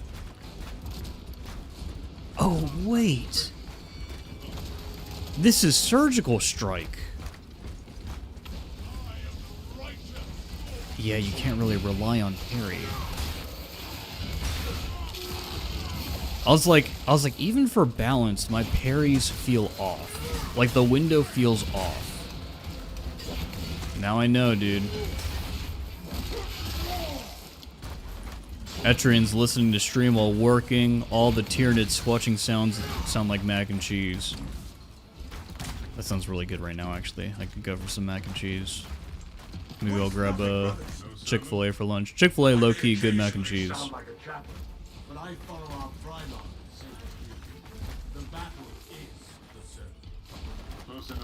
Maybe, Condi. Don't get too invested in tabletop. Oh, here we go. Got boss. Perfect. Don't get too invested in tabletop, like, on a whim right away. Let me clear clear our 6 here, as they say in the military.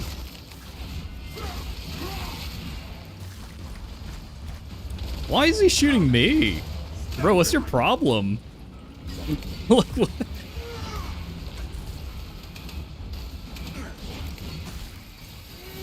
We should be safe from that.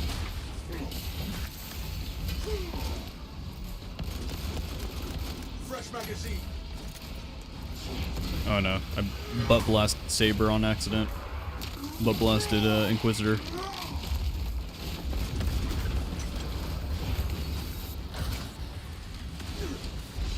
Hello. Reload. Let's clear the wave. Do this by the books.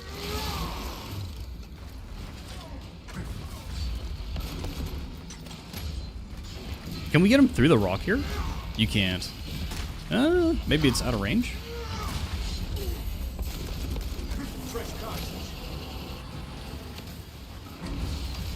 Where's the next wave here? Where's it gonna come from? Whoa, whoa, we're playing Ring Around the Rosies.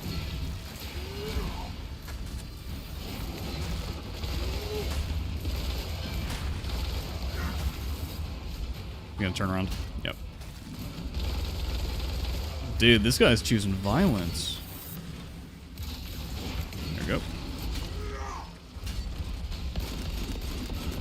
They must be handling the wave.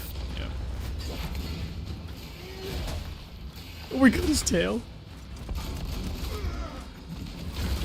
Oh, I knew he was gonna go for the shot, dude. I knew he would be degenerate like that. Guys, have you heard about the new rock tech? The new rock tech is kind of crazy. Fresh magazine.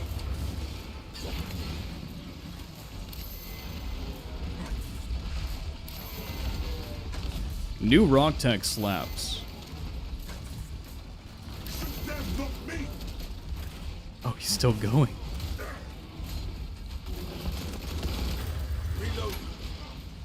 I kind of want to heal Saber right now because we got a little bit of a HP pool here. Oh no! Here, let's heal up off this guy.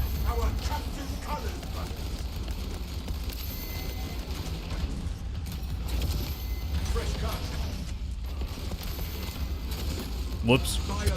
Just the gun strike, dude. Yeah, he's got locked to the wall. You were not using the rock tech, Inquisitor. The rock tech broke the card effects a little bit. There are many hours in the day. Where's the Guardian Relic here? Is it up there? I always forget. I think it might actually be back in that other cave.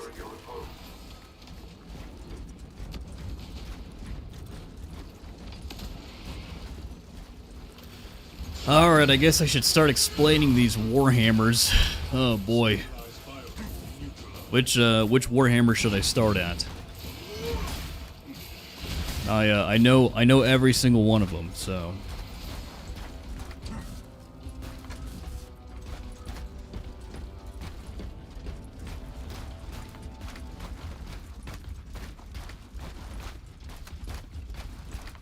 Reclamation entrance is directly ahead of us, Captain. I think this level is broken.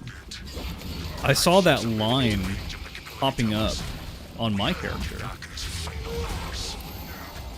Start with Warhammer 1 Classic.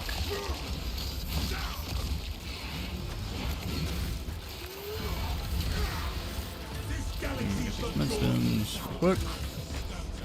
I probably should not have picked that up. And then we still have the Guardian Relic accessible if it's up there. They dropped the cells, dropped to whatever. Evil Pharaon, Jefficus, where did my father go? He's getting milk, right? He's at the liquor store, getting milk.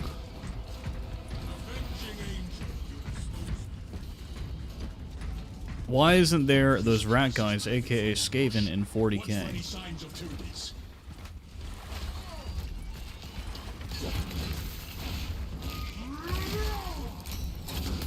The Skaven were obliterated in Age of Sigmar, so they're not here. Just kidding, Age of Sigmar is not linked to the 40k setting. Those are different settings. Think of the Tyranids as the Skaven, you know? Think of the Tyranids as the Skaven. They're sci-fi rats.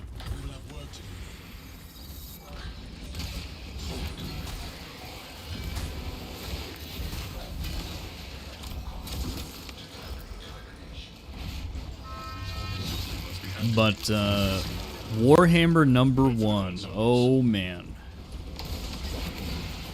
So a long time ago, there were a bunch of space frogs. The space frogs ruled the universe, and their only competition was a bunch of space farts. And boy, oh boy, did those space farts and space frogs fight one another. Whew, it was intense. It was intense. Yeah, you had to be there to see it, honestly.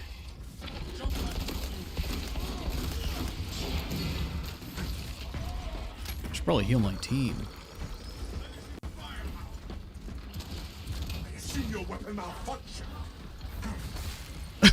So, just remember, there are cat girls. That is confirmed. That's a Warhammer number 396969.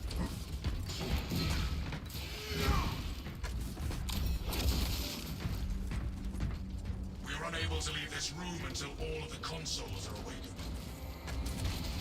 Oh no, we got extremists. It's like zone thropes. Yeah. Oh my god, can we shoot this man through these cracks? Whatever, dude. It's not like it's gonna call it extremists or anything. We're fine.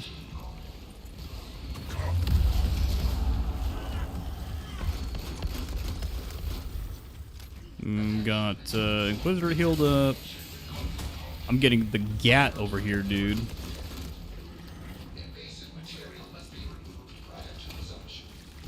Come here. There we go.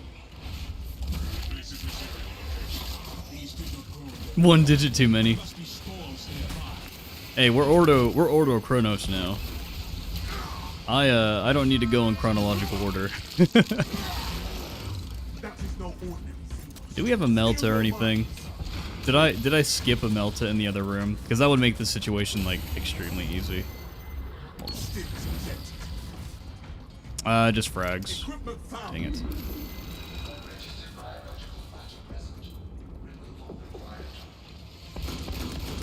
Move the shield over there. Please. Nope. There you go.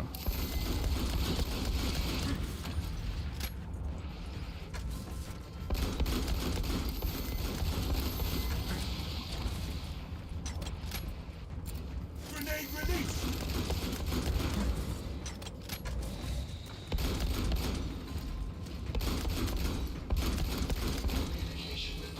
Easy, dude, easy. Man, isn't this room so easy when there's not a boss in it? Jeez. That is. That was an insane clutch. Holy shit, bro. When we learned about the time Horus Heresy almost killed Big E, we got a little ways. We got a little ways before we get there. We haven't even talked about the foursome that the Eldar had. We haven't even gotten to that part yet. That was a dirty foursome, dude. That kind of ruined everything, to be honest. Invented STDs in the setting. Quite the dirty foursome indeed. Jonathan asks, "Hey Jeff, you still out of town?" No, I am not, Jonathan. I am back home. I am back home. Wow, we suck.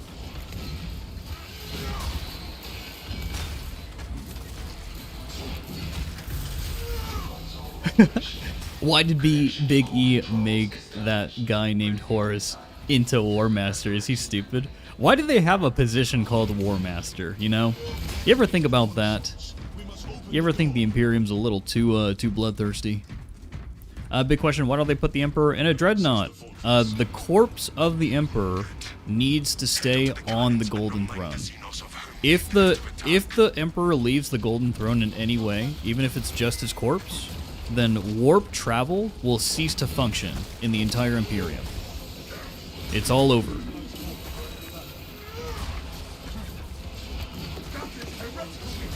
Whoa, whoa, whoa.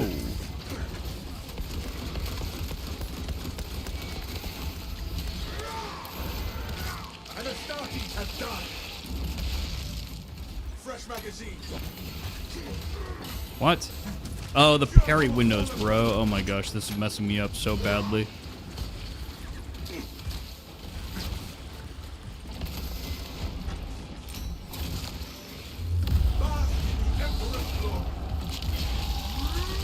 Hey, welcome to the stream, John. Thank you. You get to watch my public humiliation ritual right here. There we go. We're just tanking his bulwark.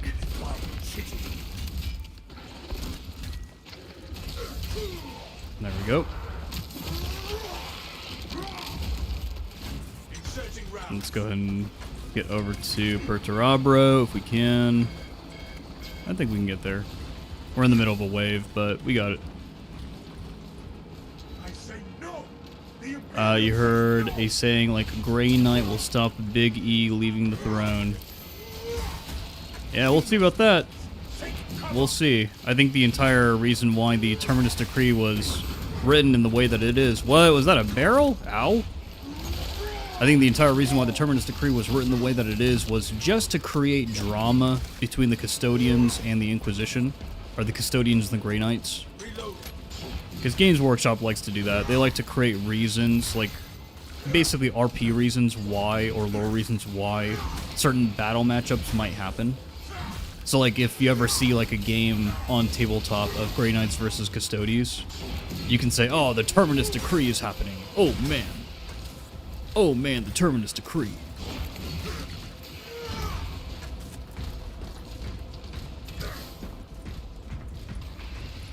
The Terminus Decree is being enacted by the Grey Knights. The ritual sacrifice has begun. You appear to be reining in your advance. I do not wish to range too far ahead of you. Your pace Ev the Farron, when Darktide stream? We'll probably do a Darktide stream probably next week. I've been meaning to do some Darktide. For sure. the Imperium provides.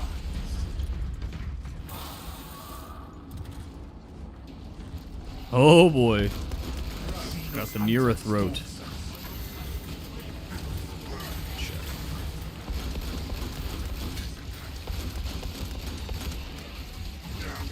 Bro. These windows. Let me get this. Oh, he's like up there. Yeah, the lore is pretty much just a narrative to explain the fighting on the tabletop. It really is.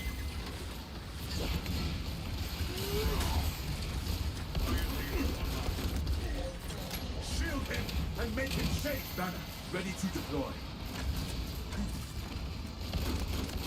We're going to slice the pie here real quickly. Releasing shock grenade.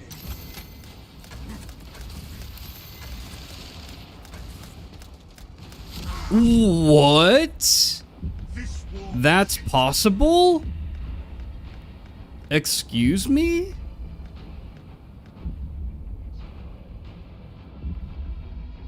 You're not allowed to LOS the beam here?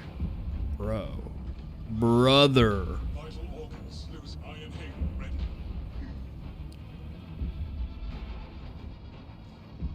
Engaging elite countermeasures.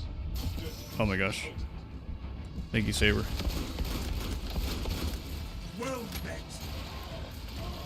Brother. Oh, it's real. Okay.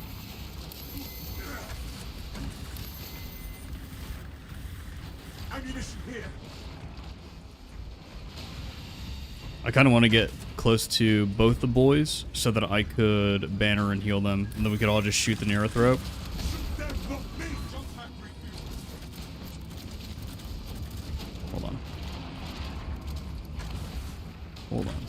A little closer, Saber. I'm just gonna do this. I was able to heal at least 2 of us.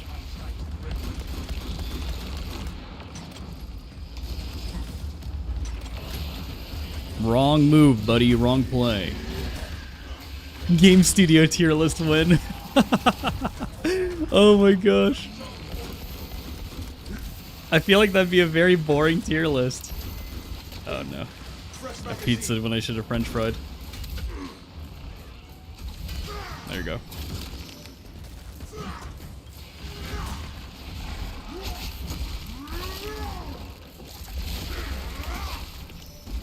Fumbled its tactical advantage. Bad Shark S tier. Oh man. I know, we got the Y-ax. Oh my god. There we go. We got the Y-axis, so that can't really affect us too much. Xenophase Blade, very good range.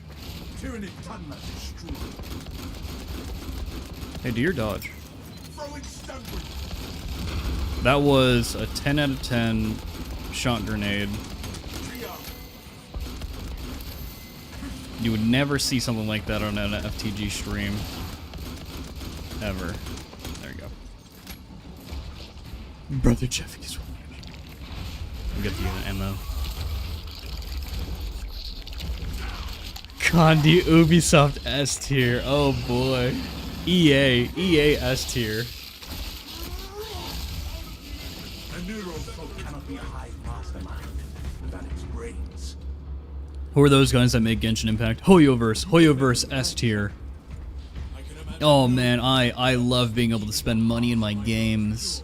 If I can't spend money in my games, is it even worth it? Is that game even worth it, dude? If I can't spend $3,000+ on a game, why am I even playing that game? Why? What is the point?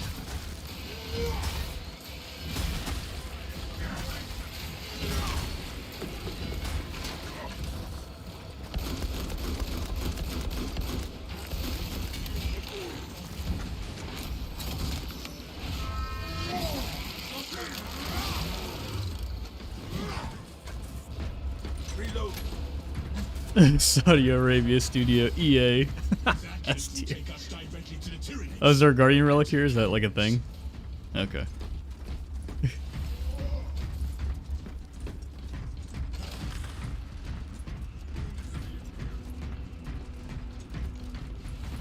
Guys over on YouTube, if Twitch is your preferred viewing platform, I am also live on Twitch. If that's your preferred viewing experience. Nowadays they're very similar. One of the main differences is that over here on the YouTube side, you have to be a channel member in order to access some of the custom emotes that I have for the channel. And then if you're over on Twitch, I think all you need to do is follow, and you have the emotes on there available at all times, at least within the channel. Resources acquired. You were really hyped for Battlefield 6, dude boy. Well, how is it? How does it play? EA is not incapable of making a good game. Like, they could still make a great game. You just don't associate with the monetization of the game. You know?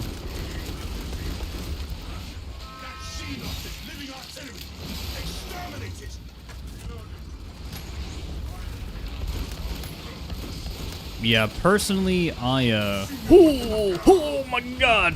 I just got exploded.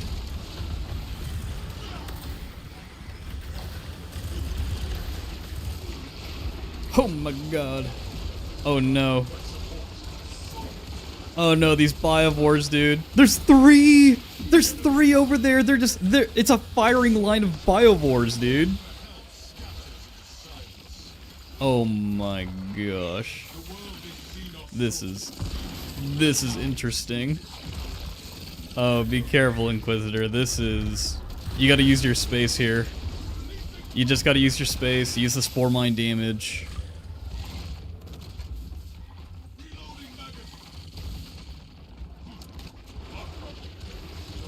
Now they may let you just do this though. Dude, triple biovore. Triple biovore on just a firing lane like this, like a little hallway type thing like this. Holy moly. I think I'm gonna hoo-hoo Jessica's emote. Hey, morning Norman. I just got fucked by biovores and spore mines, bro. That's how my morning is going. The spore mine was like a big fucking lug. It just destroyed me. Oh no, it's just watching these damn things. Dude, there needs to be a cap. I feel like there needs to be a cap on this. This is still ridiculous. Because look at this. Look at how this slows down the game. There we go. There we go.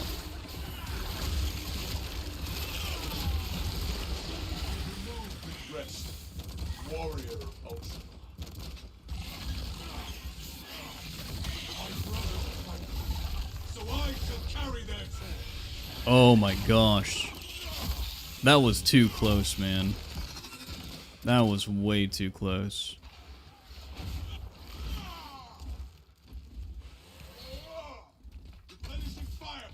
Inquisitor, we believe. Hopefully there's Medicaid on the drop down. You are near the last cannons. You will need to find the manual controls to operate them. The console is near. We will unleash the cannon's divine wrath on the Hierophant. Got a Melta, that's good.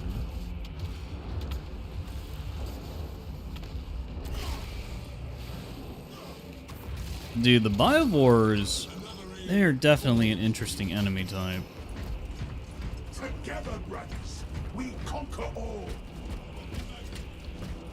Awesome, Condi. It is quiet over on the Twitch side, not gonna lie. So we may punish the tyrants for their trespass. Defensive cannons active. Targeting system non-functional. Initializing Condi, there aren't any drops right now for Space Marine 2 for Twitch. There'll probably be a drops campaign at the end of November. I did not hear that.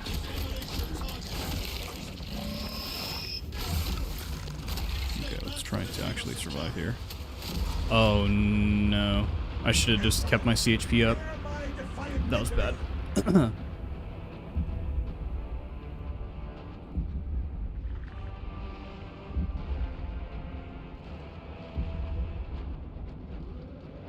Saber's still down for 100 seconds.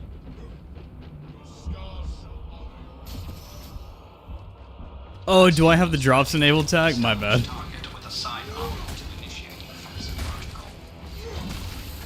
Let's just heal up on this. Actually play the game.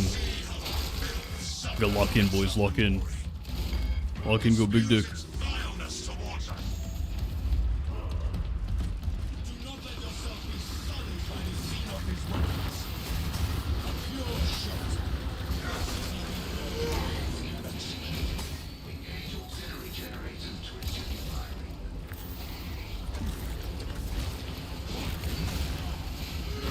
Does this go up ramps well? Yeah, it looks like it does.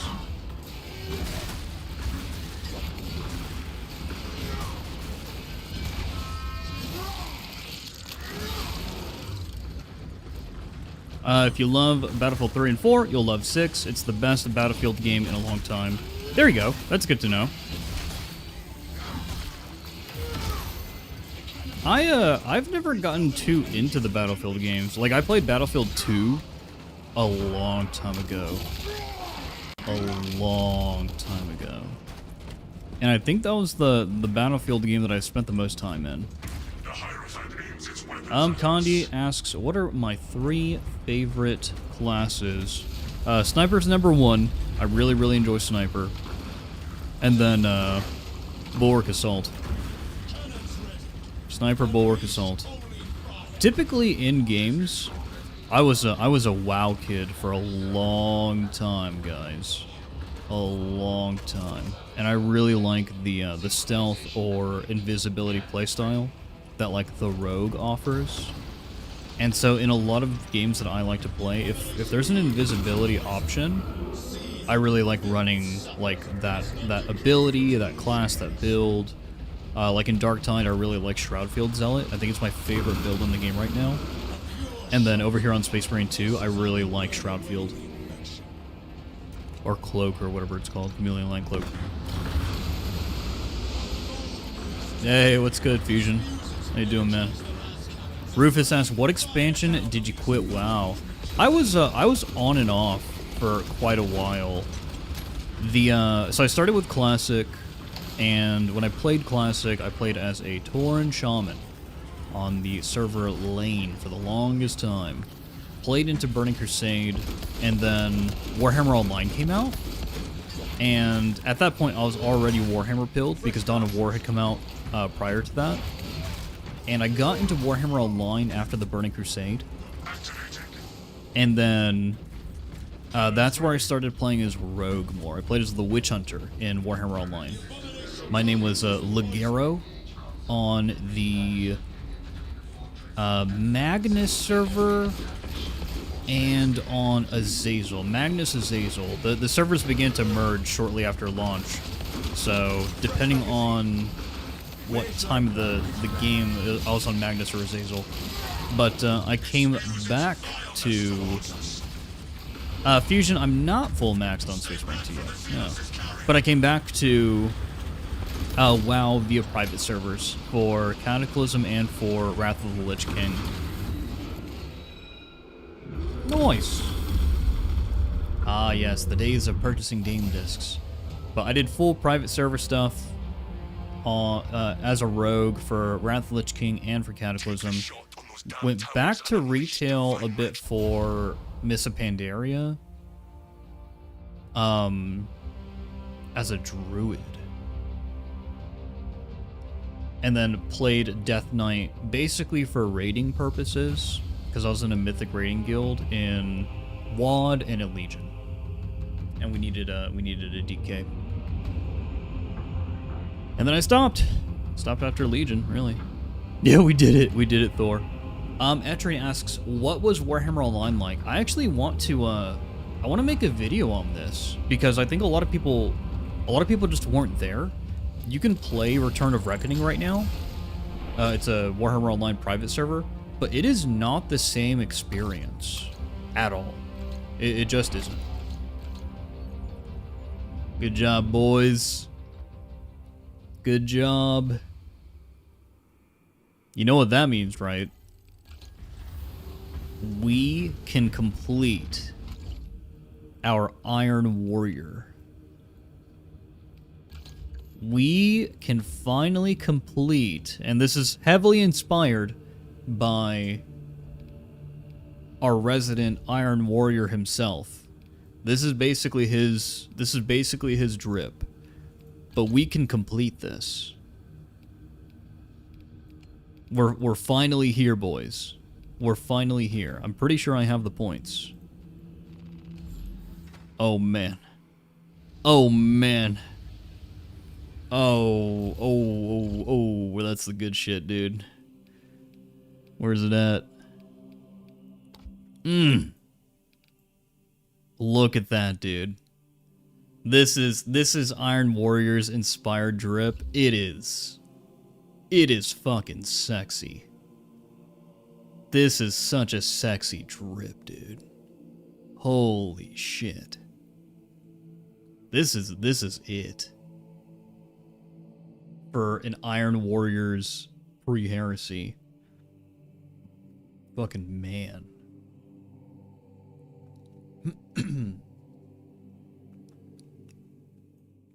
This looks phenomenal. Yeah.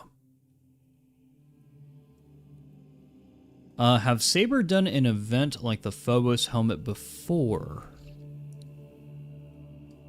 Yes, I believe they have. With the Trigon. I don't recall what we got with the Trigon. If anybody remembers, then feel free to let us know. Let's go back to our Blood Ravens drip here.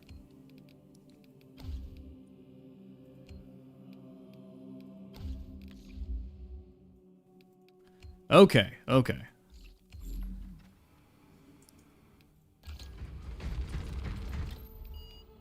So we've done 2 of various here. I'm gonna pump it down to normal, and I'll get some more players in here. Thor and Inquisitor, thank you so much for joining me. I'm gonna give some other people some chances to play, and specifically, if you not so confident in your Space Marine 2 abilities, now's the time to join up, since we're gonna be doing just the normal stratagems. You know, normal stratagems are not super insanely difficult, and so we will rotate you guys in. If you're not confident in your abilities, just join up in a second here.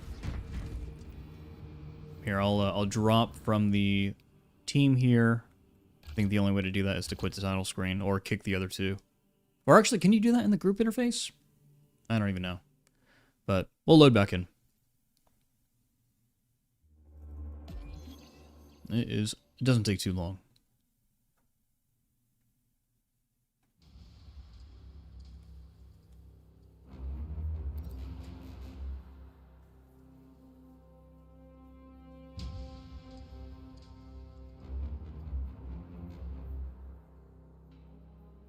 Okay. Yeah, it was fun, Thor. It was fun.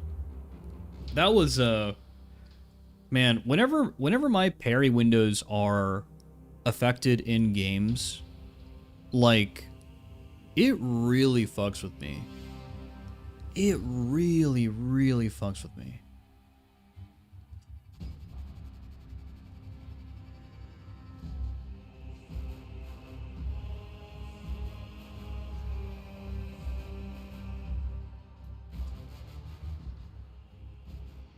Wonder when the next update will be. Wish they would do a story expansion one day, says John. John, they're, I mean, the next update's going to be at the end of November, and,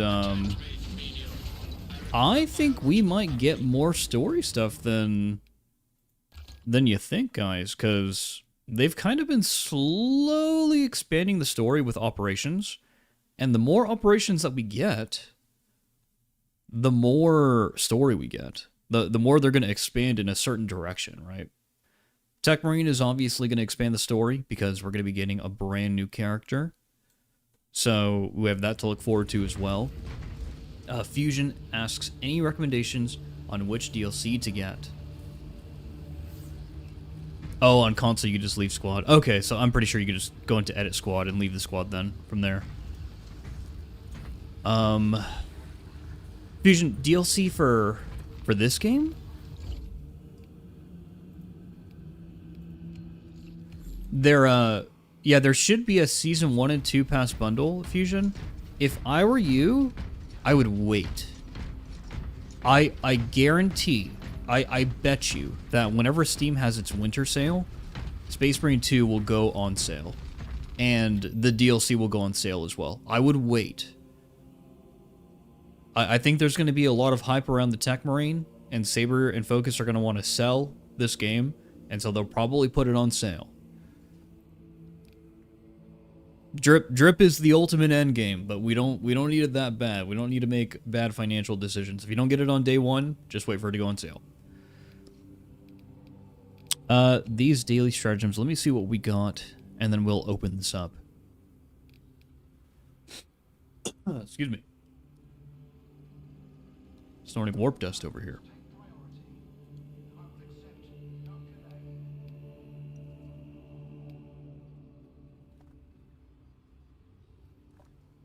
Okay.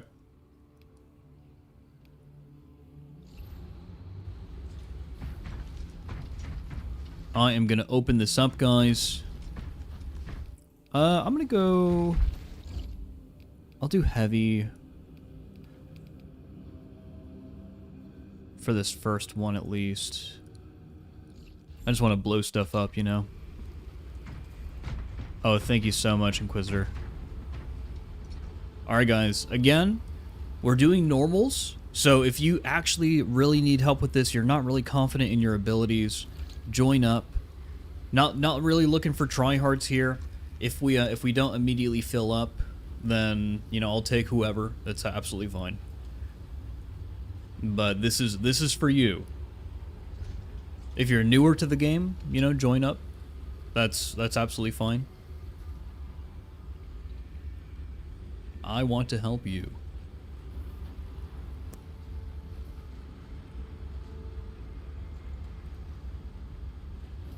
Oh yeah, Black Friday. Could pop up there.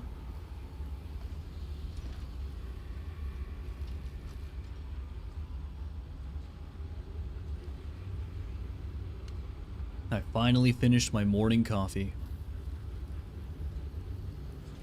Welcome, Dad Squatch. Welcome.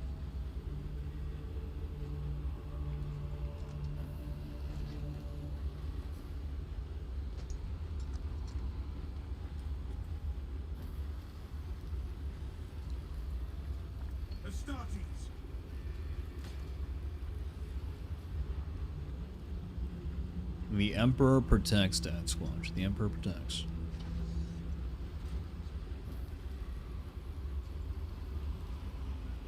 Alright, we got Norman. Norman, you don't need help, but welcome. Welcome, welcome.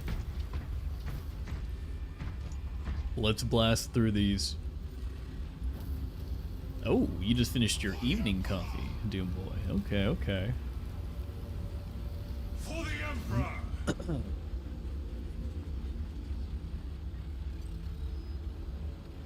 We need to... I really wish there was like a... Maybe we can get this functionality on like Discord or something. There has to be an AI where... Oh, what am I doing? I need to interact with this. There needs to be an AI that tracks... basically how long each of you guys appears on stream.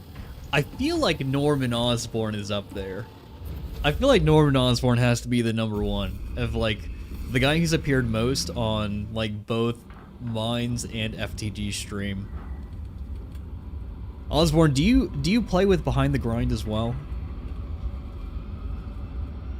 Are you the ultimate cameo character? Inquisitor, should I get the Heroic Plasma or Xenophase? Oh, is Thor, get the Xenophase. I think the Xenophase is funner. Well, unless you really like heavy. If you love heavy, then yeah, get the heavy weapon. Oh, you did once, Norman? Play with BTG? Got it.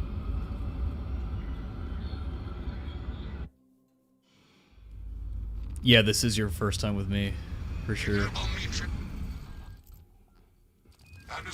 I probably should have advertised the stream in the Discord, but whatever. whatever, dude.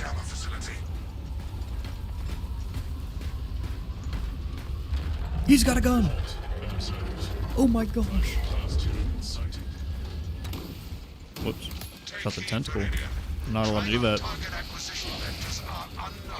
Best to keep moving and stay together. Projecting a sense of tactical dominance may deter it from attacking. For now. Close formation. I don't like to fight on the sand.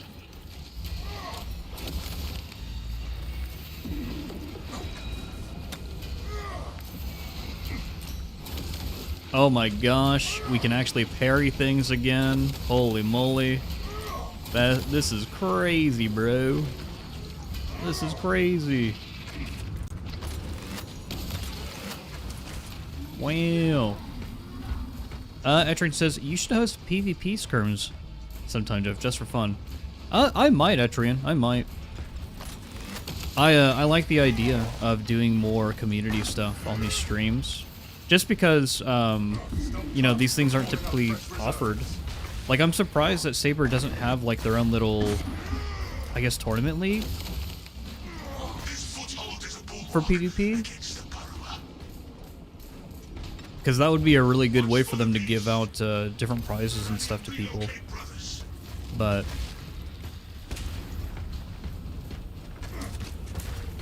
yeah, I don't know. I don't know what they're doing.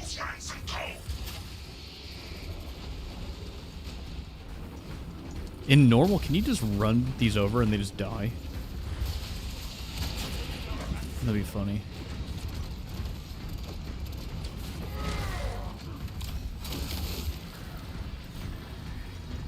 But yeah, Entry, and I might have to take up the mantle there for that.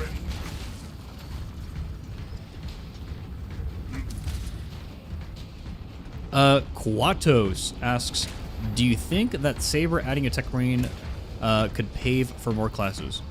Oh, no ammo box. Absolutely.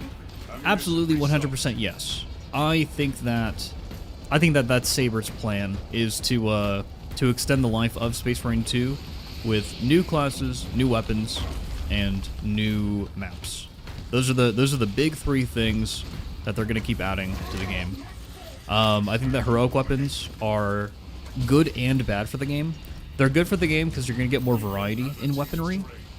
You're going to see more of your favorite weapons get added to the game. They're bad because it's also kind of an easy, lazy way out. Like, Saber is definitely not going to be making certain weapons that you otherwise would see, simply because they can just easily add them as a heroic weapon, you know.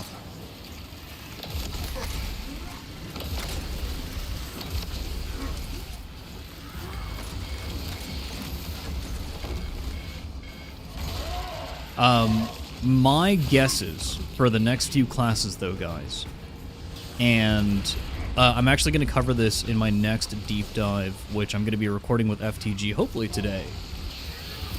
So my guesses, which are going to be on the next deep dive, which is a members first video series that I have.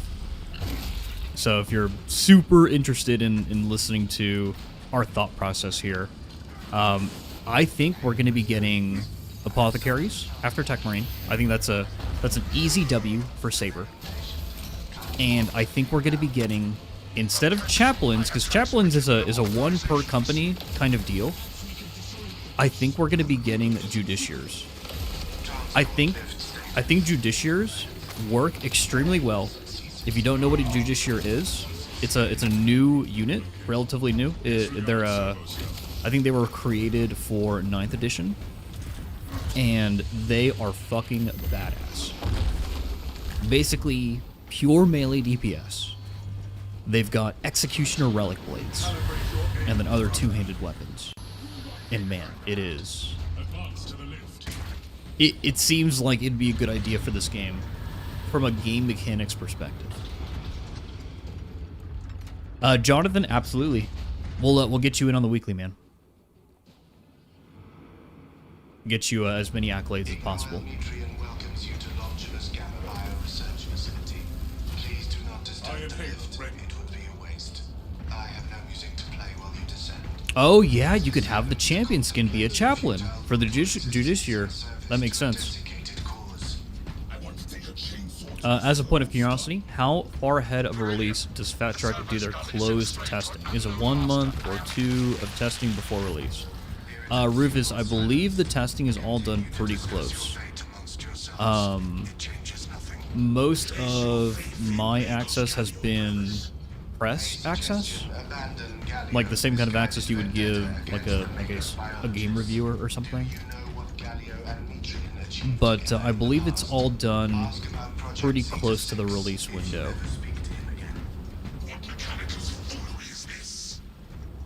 Like for the Arbites, for example. Even the Arbites, from what I consider from a game design standpoint, like I would feel like you would need like to test this stuff at least 6 months in advance, 8 months in advance. But I'm pretty sure that stuff was being tested like 3 months out the gate, which is kind of insane. But press is usually 1 month before. Do you think they would add these to PvP, or would it be too much for balancing? Oh yeah, of course they're going to add them to PvP. PvP is a really important pillar of the game. Like, although PvP is not really the most popular game mode, it's still a very important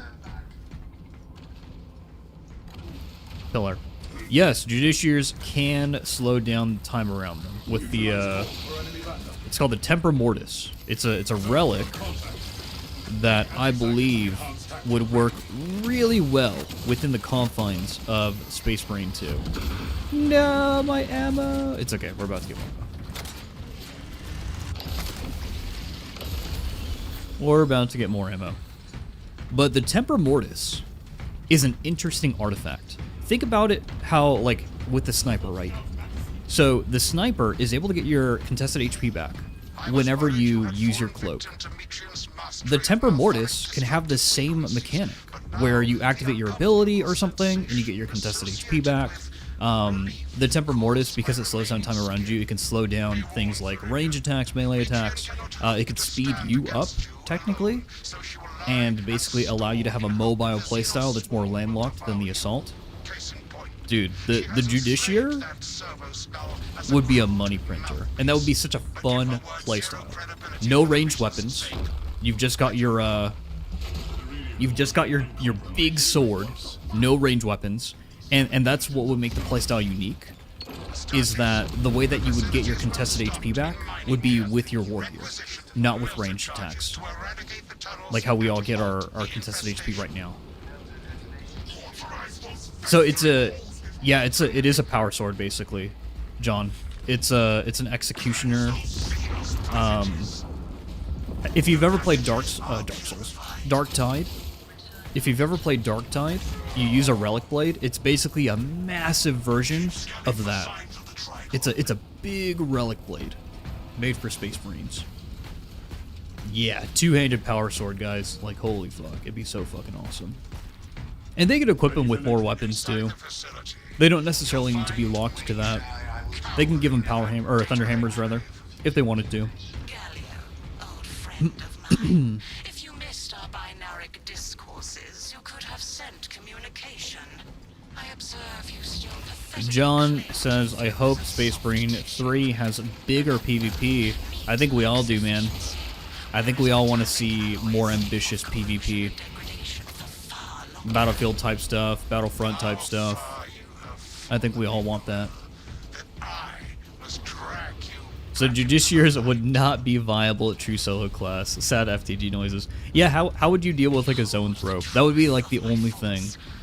I suppose with something like a Thunderhammer you can, and maybe if they add the Executioner's Relic Blade, they create some kind of ground pounder slam attack that has big AoE that can reach the zone thropes, or maybe just like the Power Fist.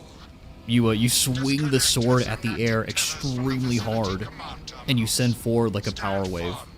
There are a couple of options. There are a couple of design options.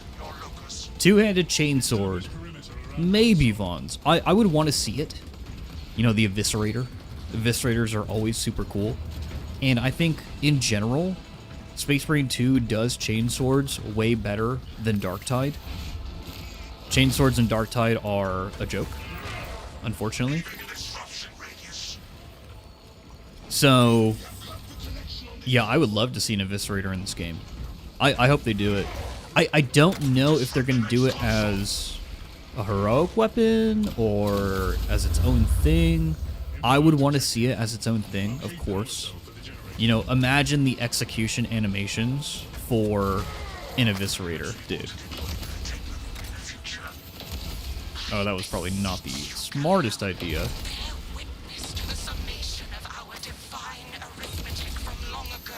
I assume there's a Biovore. Or this is just a mind wave.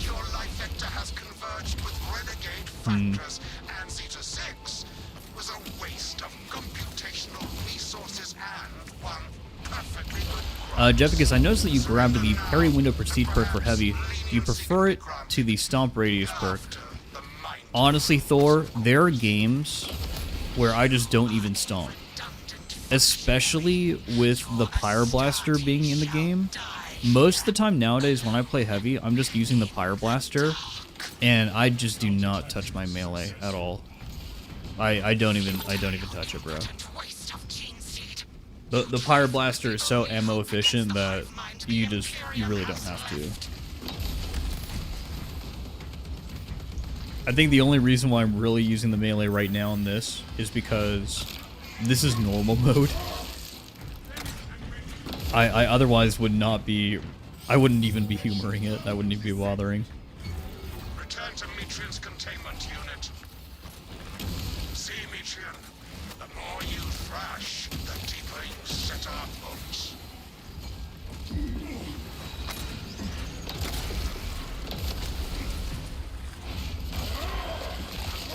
Yeah, Pyre Blaster was a game changer, dude. It was a game changer for the tactical, too. The burn effect is very strong. I hope Saber doesn't nerf it into the ground, but I can see them doing that. I can see them nerfing it. Brilliant. Confirm possession of that quivering mass of computational gray matter. Boy, you say since most games don't design flamethrower gameplay well, I was curious how it was in Darktide, considering the flamethrowers in Space Marine are extremely fun and strong. In Darktide, it's very strong. In Darktide, the flamer is the Zealot's best ranged weapon. In Darktide, it feels significantly slower to use, which I think makes it more fair. But it's a powerhouse. That was juicy. That was very juicy.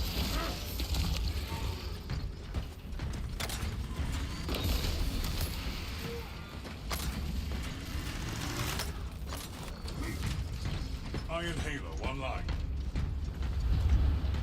Recalibrate your aim for the Emperor. Best flamethrower in gaming is in Halo 3. I don't even... Dude, I don't remember half the weapons in Halo 3. Evacuation point ahead. Yeah, I'll pick it up. Why not? Shouldn't need it, but why not? Unique war gear radiates. Thank you. Thank you, Norma.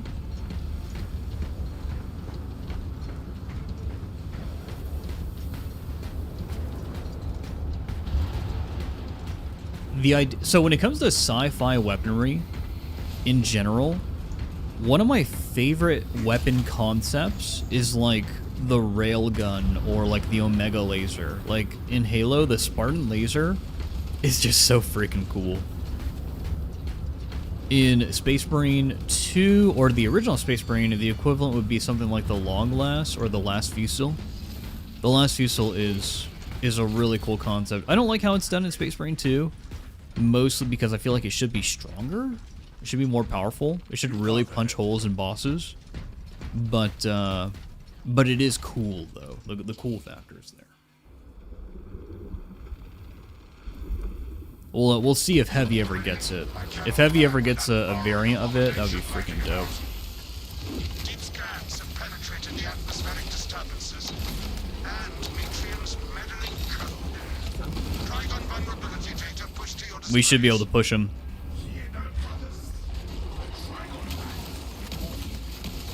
Normal Trigon, everybody. Normal Trigon. Oh boy. There he goes. There he goes.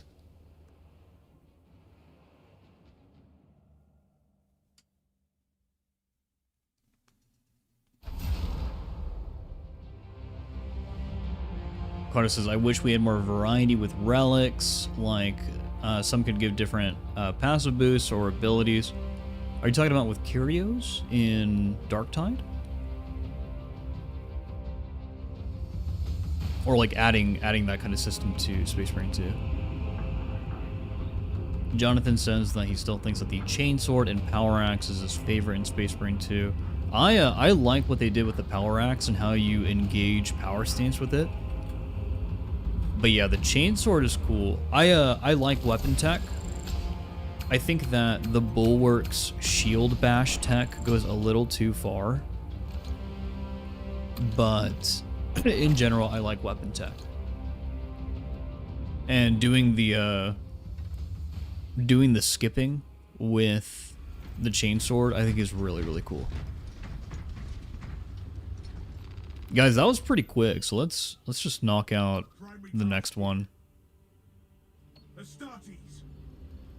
This one should be pretty straightforward and easy. Whoa, Dance Squad is gone. Goodbye, Dad Squatch. I guess we'll throw up the code real quickly. If anyone wants to come in for the accolades. Murloc Jerf, welcome. The slaughter is going well. We're just spanking these normal accolades real quick. These normal stratagems. If you want to join Murloc, hop in. If someone else hasn't taken the code already. Oh, thank you so much, Dad Squatch. Yeah, if anyone needs these, if you need help, take the code, take the invite, hop in. That is what we are doing these normals for.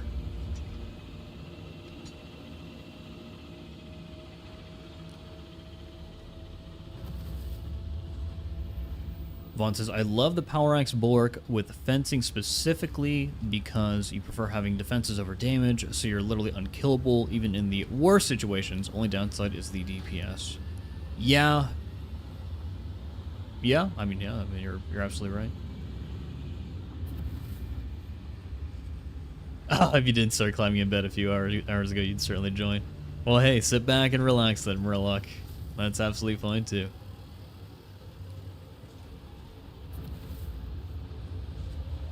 Yeah, I'd like to have a weapon, and maybe this is where something like the Executioner Relic Blade, or a Relic Blade, or Heavy Eviscerator would work perfectly.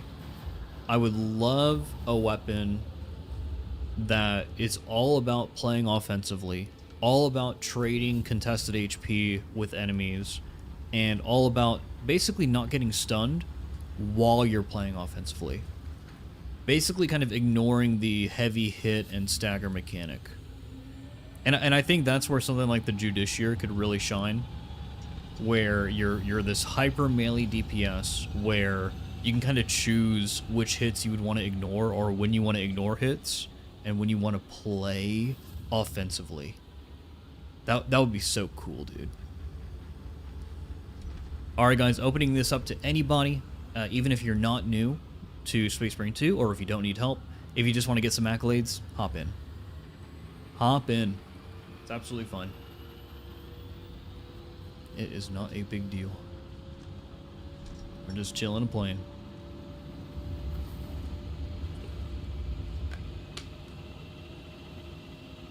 Awesome.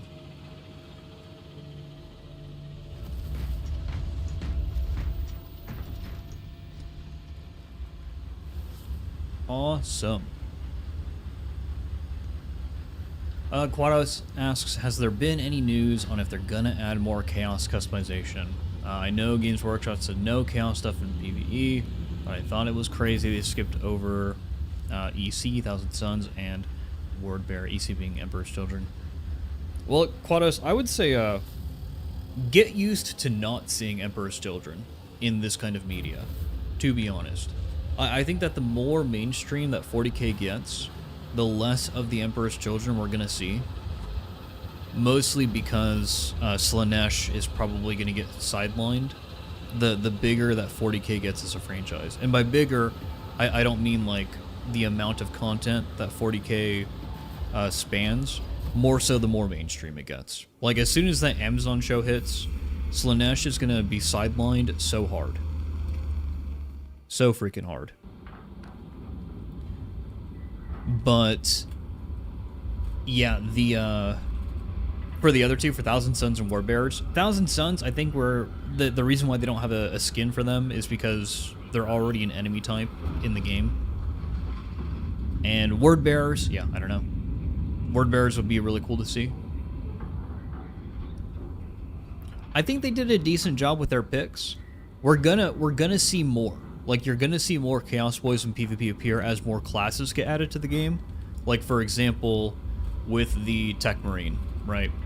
Like, they might do a Wordbearer's Tech Marine, although that doesn't make any freaking sense, unless the Wordbearer, instead of using turrets and using like a shoulder-mounted gun, it's like a mutation. It's like a demonic mutation, and then instead of summoning turrets, they summon like horrors or something. This is as close as I can get you.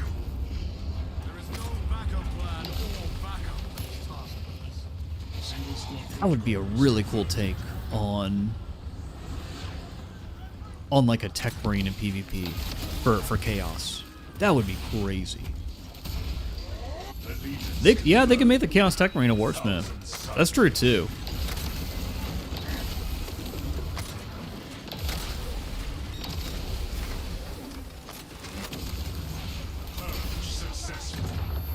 If you get pre-heresy drip, you'll be forever grateful. I don't think that's outside of the realm of possibility. Yes, Fusion, you definitely could. I'll try to get Fusion and Jonathan in here for the weekly, for the normal weekly, for sure.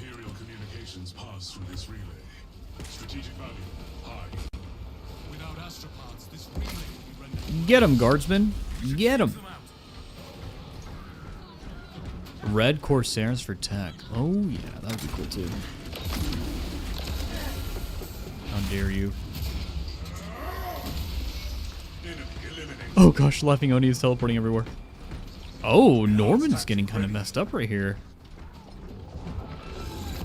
Couple of chaos spawn will do that to you. Couple of chaos spawn will do that to you, man. For sure.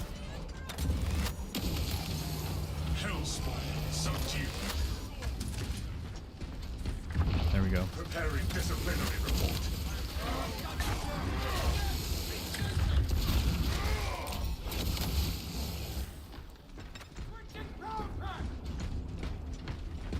You have time, Jonathan. You definitely have time, man. Take your time. Vortex is a longer op.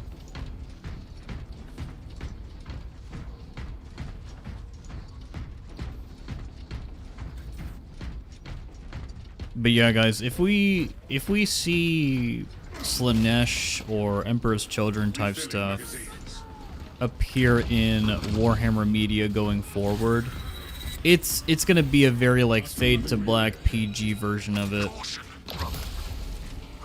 If we get like a more Games of Thronesy type show, I suppose you can get away with some of the stuff. But even with a 17 plus rated show, there's still some things that you just can't really show on TV or on the internet for a publicly televised streaming service. I keep wanting to run over Arcadians because I'm like, wait a second, this is a heretic. Oh wait, it's not a heretic. Yeah, Pancake, the event is over. The event is over. Utilize call for enemy backup.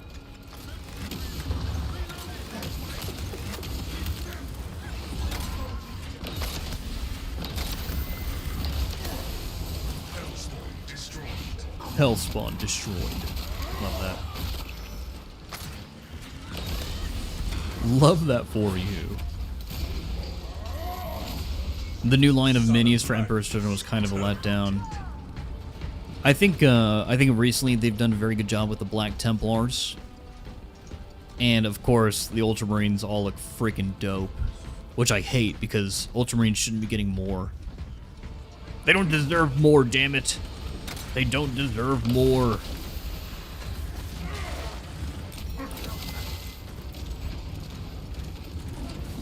What do you think that what the next big update for Darktide will be? I kind of talked about this in my my Darktide 2.0 is here video. I think the next big update is going to be more enemies, Winterstorm, which would be awesome. I'm totally like, if they add new enemies to Darktide, guys, I'm going to be playing and streaming it a ton, because new enemies typically take, they take more time to learn. And so you just need to put hours into the game to learn all of them, how to deal with all of them in the most effective way possible. So yeah, if they add way more enemies, I will be on Darktide a lot.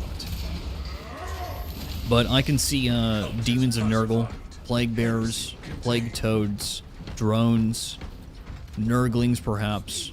I can see those being added to the game, like all of them. Preparing disciplinary report. Eliminate target before it summons reinforcements. What equipment do we have here? Is this a Melta? Yeah, give me. Packing up equipment.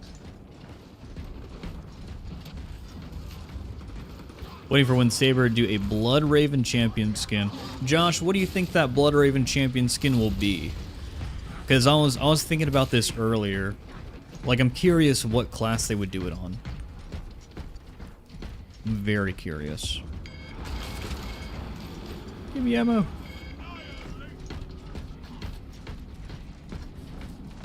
Plague toads are sick, but they were a pain in the ass in bolt gun. Yeah. Probably didn't need to do that at all, but oh well. Just getting menorahs? Interesting. Yeah, Quados. I was thinking the same thing. I think with Dawn of War 4 releasing next year, it could be that redacted pack that's going to be coming out. Those redacted cosmetics that's on the year 2 roadmap, or the year 2 battle plan, or whatever it's called. Extreme heretical corruption observed.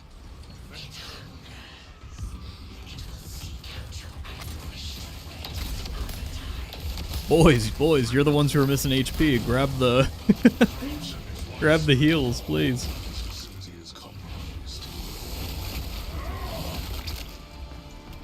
Who do you think is stronger, Malamkato or Titus? I believe someone asked this earlier. I think it's going to be Titus by far.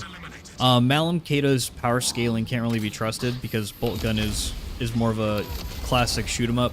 Like, I don't think it's supposed to be super lore accurate. Like, a single Primaris Space Marine obviously cannot be killing fucking Lords of Change and Great Unclean Ones left and right. That's just not how it works. So I think if we're going by serious power scaling, it's going to be Titus. Mostly because Titus is one of the strongest Ultramarines, period. The fact that he has this warp resistance kind of trait that he has is absolutely absurd. Definitely not something that normal Space Marines have. But if we're going by just how are they portrayed in these video games, then yeah, Malamkato takes the win every day of the week because he's just absolutely absurd. His ability to kill multiple greater demons over and over and over again is just unparalleled. It's unmatched by nearly every Space Marine other than like maybe Khal Drago or something, you know, or like a Chapter Master.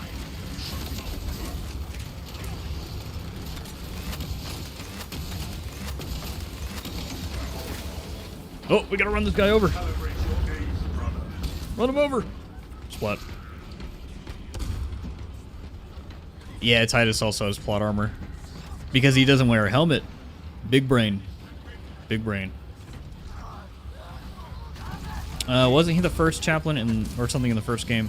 I'm not sure, Rufus. I don't know if Malamkato was the first chaplain in the first game.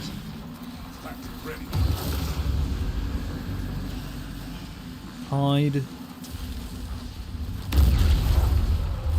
Yeah. Apparently Titus's resistance to the warp is just sheer willpower, according to the secret level episode.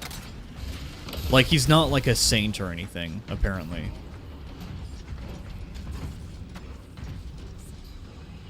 Yeah. Black Winter Storm. I'm still waiting for Gene Stealers as well. I really want to see Gene Stealers in Dark Tide. Oh, Titus was the first captain? Titus was the first company captain? Second company. There you go, Dubois. Yeah, that seems more reasonable. I don't remember Titus being a I don't remember the veteran trim. I don't remember the white trim on his gear. I feel like that would have been a really silly thing for them to get wrong if that were the case.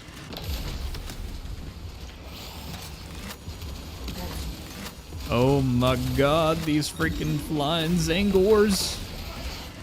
I hate them. I hate them so much. I like how that execution on our screen happened with Norman being on the floor and the Zangor Enlightened one being in the air still. Oh my gosh. Obtaining armaments.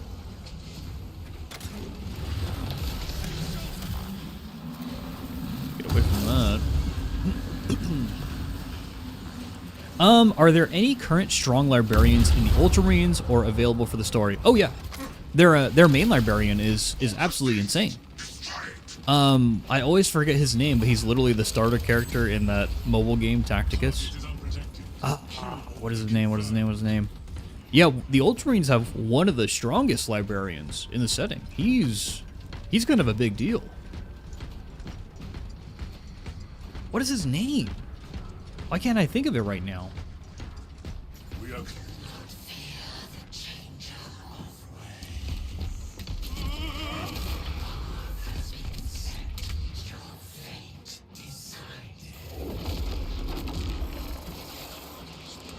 Tigurius. There you go.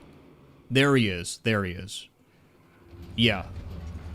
Tigurius. He's a pretty dang strong librarian in the setting, and he's an Ultramarines librarian.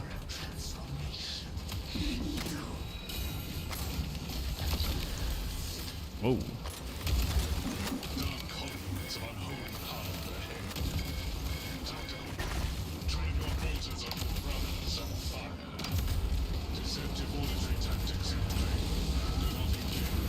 Whoa, that got me? Okay. Severus Agaman is the captain of the first company.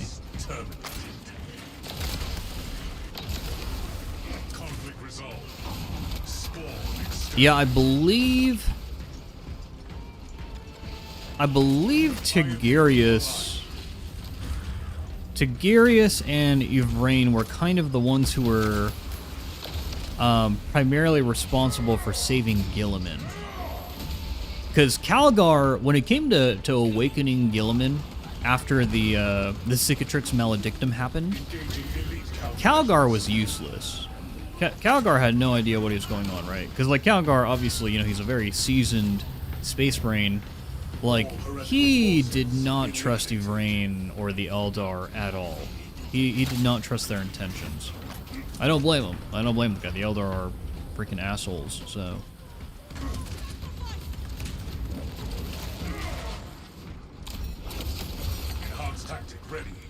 Get him, guardsman. Get him.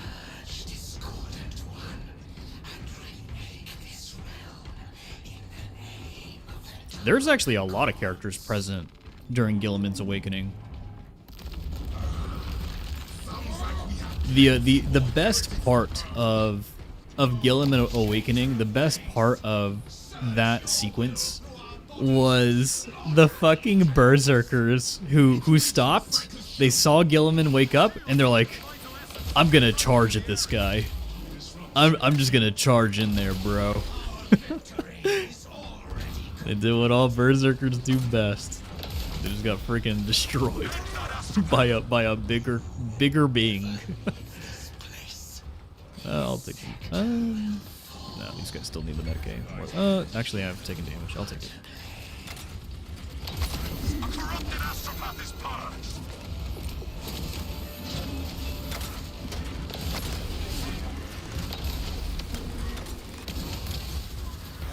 We'll go for the next astropath.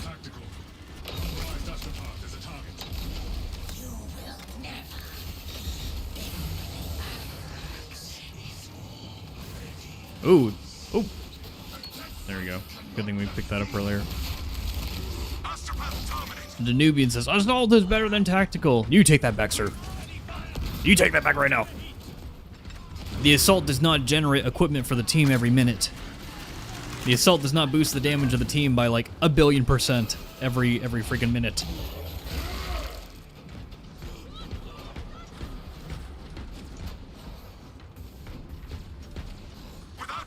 Where's the last astropath? Are we done? Is it on the left?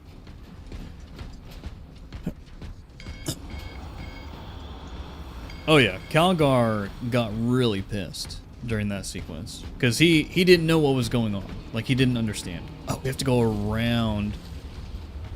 I'm so used to going to the left. I always forget that you can go both ways. You can go both ways.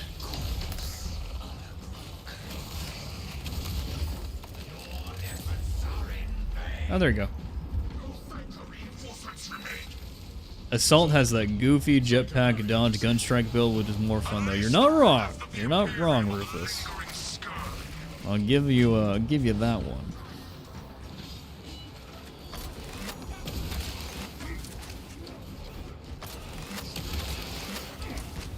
There we go.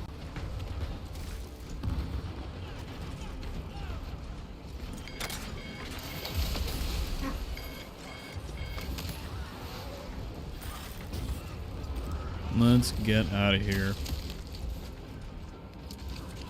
Y'all remember when G-Man spoke to Big E after reawakening? You remember when the fucking Emperor spoke to Titus after Titus was awakening, dude?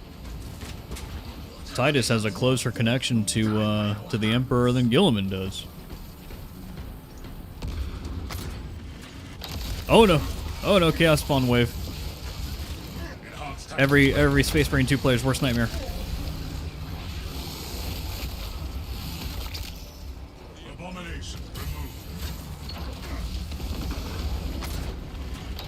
Literally. Oh, thank you so much, Inquisitor. Thank you so much.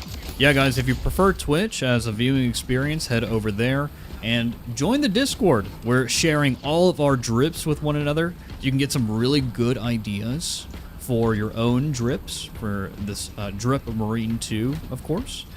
And we have some pretty hot memes. I'm surprised we haven't had our first lore drama yet. I'm so proud of us. Typically, whenever you have a 40k lore section in a Discord, oh man, people kill each other, guys.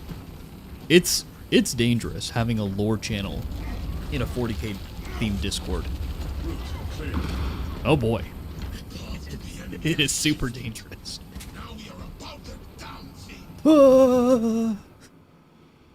We're going into the warp. Okay, normal vortex beast. Let's see how fast he dies. I can't see anything. Okay, cool. I got grabbed immediately.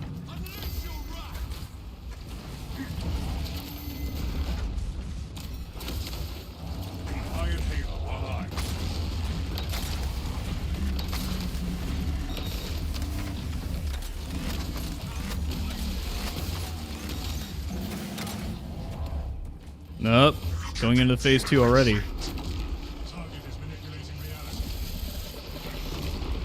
Which of the 40,000 Warhammers is the fantastical one? Soggy, that would be Warhammer number 20,532. When the Emperor deemed AI as a really bad thing for the Imperium workforce. And he was like, you know, this AI stuff, this is not going to cut it. We lost a man in the warp! We lost a man in the warp! No! Oh gosh.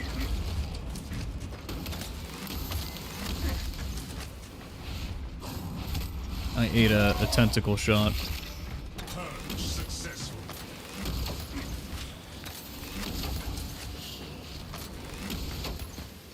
Yeah, normal, it's just one plasma pistol bolt. Where's our boy?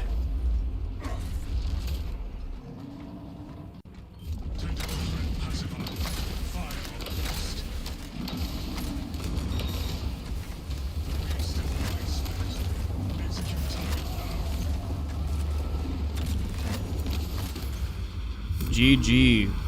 Normal. Oh, you got stuck, Laughing Oni? That's okay, man. Your soul is just gonna get consumed by the warp for all eternity, but that's okay, we completed the mission. Do you have any crazy theories on who the gene father of the Blood Ravens is? I believe my theory is the same as the community theory. Quados? I think it's Magnus. I think that the Blood Ravens have more librarians for a reason. I think it's Magnus. I think it's the old one-eyed chakra. My soul is strong, don't worry. Love that. Is the hard weekly strat that bad? I don't think it's that bad. I think we just got kind of screwed. We just got kind of screwed with a couple of spawns and faulty decision making on my part. I was not being a good bulwark in our first weekly hard stratagem run there.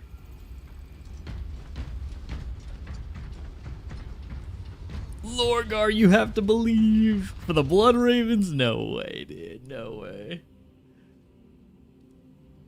Oh, I like how these 3 operations are all the boss ones for normal. I think the boss ones are the best operations in the game for sure.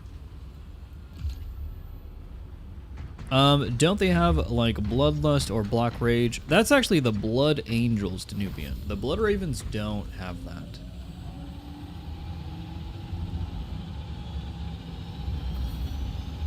You think the Carcharodons are most likely Revenguard successors? I mean, yeah, they could be. They could be. I think that the Minotaurs are most likely World Eater successors. I think that the Carcharodons, I think they could be Night Lord successors, to be honest, guys. Should have took the Inferno Pistol for that last one. Why, Norman? Why the Inferno Pistol? Why would you take the Inferno Pistol anywhere? Blood Ravens just like to steal. Inquisitor, ban Quatos. Ban Quatos, he's onto us. Get him out of here. Get Quatos out of here. We can't have people slandering the Blood Ravens. I'm just kidding. Don't ban Quatos. Oh, you thought the Blood Ravens were Blood Angel successors? I don't think so. They're gonna be word bearers.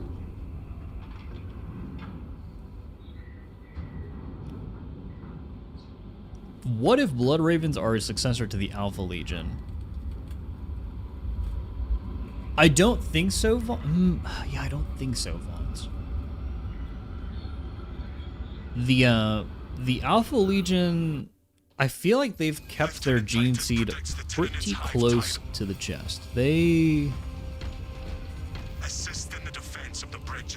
fact that they've been around for the last 10,000 years since the end of the Horus Heresy, and that they didn't flee to the warp, I feel like, if anything, the Alpha Legion would be the guys who are tampering with gene seed more than any other Space Marine chapter. But at the same time, if you read any of the latest Alpha Legion books, I mean, they're not doing anything, man. They're so disorganized at this point. Alpha Legion kind of sucks right now. They need some better lore.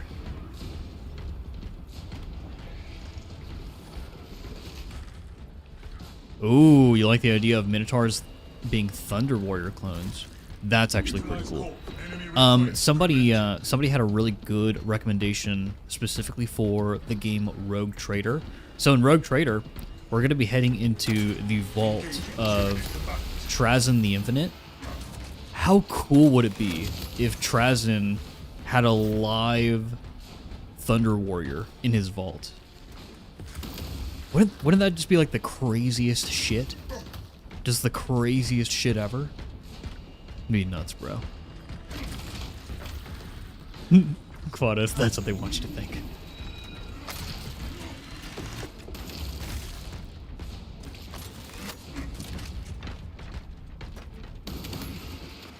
Oh, just one blast of a plasma, like regular, just destroy these gaunts.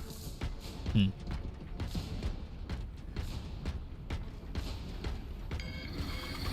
have observed your silence, Valius. How is your morale? Strong. I will share my reflection. Advancing towards objective. That is considerate. No.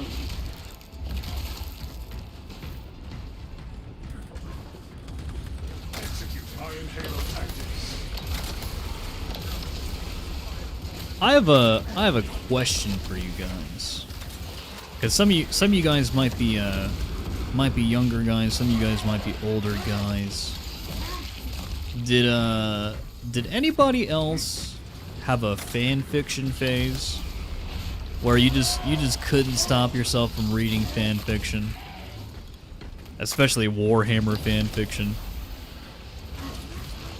Is anybody else in this boat?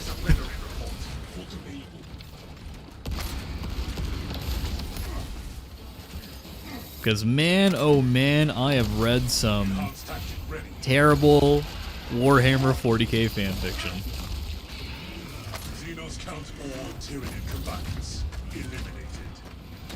And I've read 40k books that read like fanfiction, so there's that too.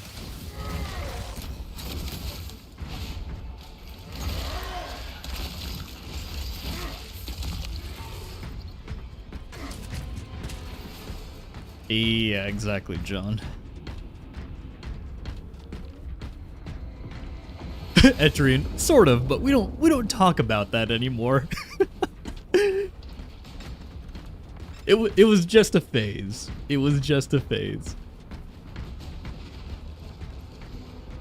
Oh, the Black Library used to have a forum with fanfiction years ago. Oh man.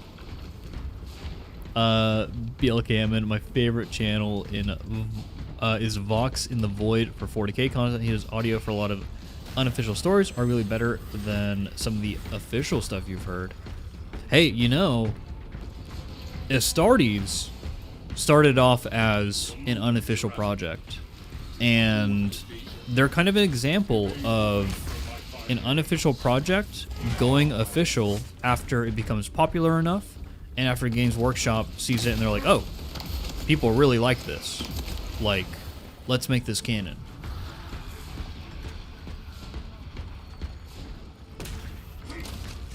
Refilling magazines. No. New path ahead.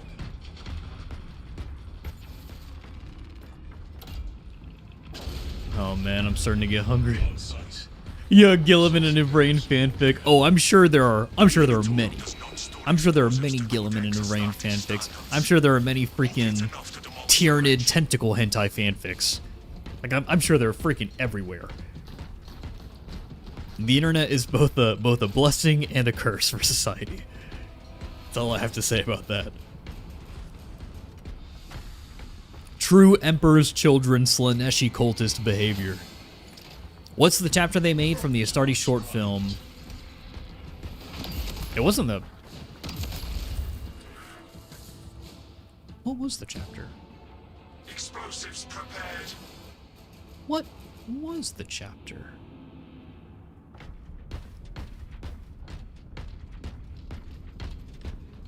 Where did that Gilliman and Ivrain thing even come from? Honestly, the Retributors.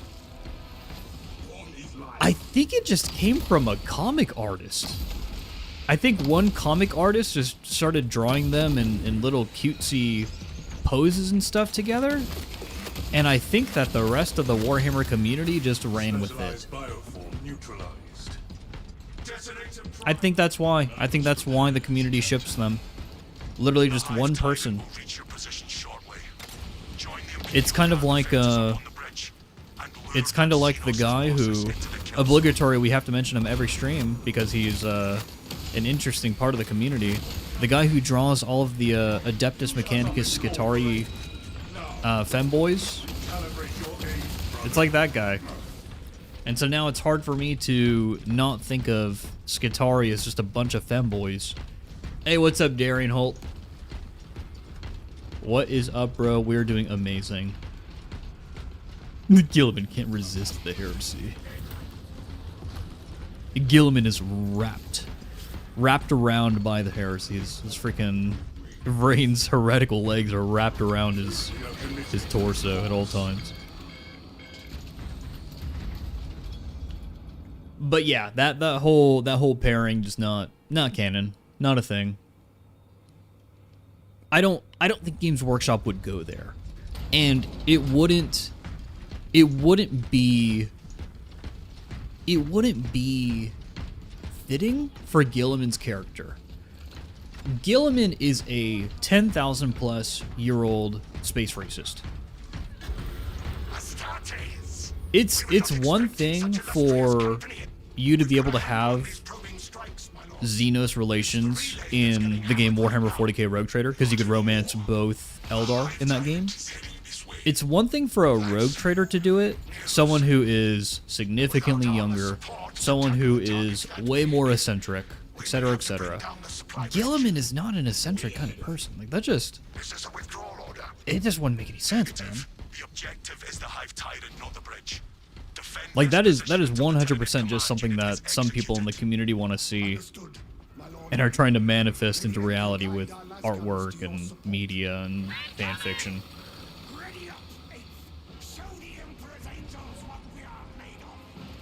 Yeah, I think it's the same artist who draws Big E and Slanesh as a married couple, Thor. I think that's exactly who it is.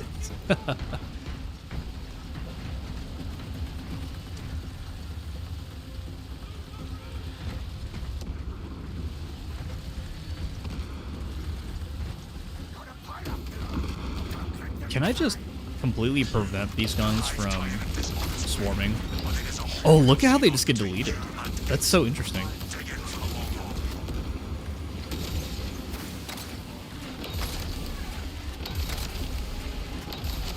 Old swarm tech being all jank. I'm gonna nade out Norman. Just troll the shit out of him. There you go.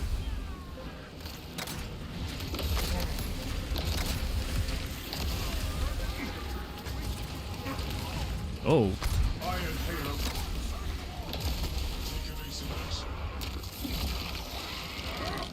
Hey Elpinor, welcome to the stream, man. I am doing awesome. We've been having a good time today.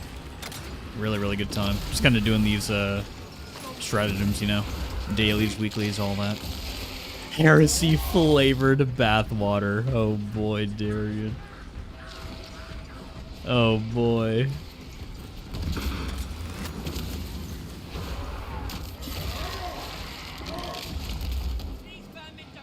Keep your eyes peeled. The Xenos leader beast will be in visual range shortly. Let us kill the ugly bastard. I guess I could take these medications. I've never seen such an atrocity. Hold. Give the hive beast a moment. One thing I realized while reading the Horus Heresy, so the Horus Heresy, they really go in depth on like how Space Marines train, what they do in their off time, how much they hit the gym, all that stuff. Honestly, they do the same in Eisenhorn as well. Like Eisenhorn lifts weights all the time, but Space Marines would probably smell so freaking bad, dude. They would probably smell terrible because they train all the time. Where's the infiltrator? Oh, whatever. I don't need it. Entry asks, hey, cool question, Jeff. Will you be doing your streams in the morning? Just so I know on one of my days off so I can get in a game sometime. Absolutely, Etrian. I think my streaming schedule going forward, I was a little ambitious last week and I wanted to do evenings, but I think we're actually going to be doing Sunday and Monday morning is typically when I'm going to be streaming. I think that's going to be the schedule going forward.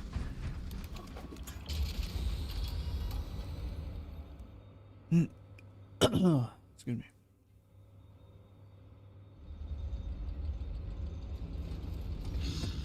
Stubborn bastard really is still kicking.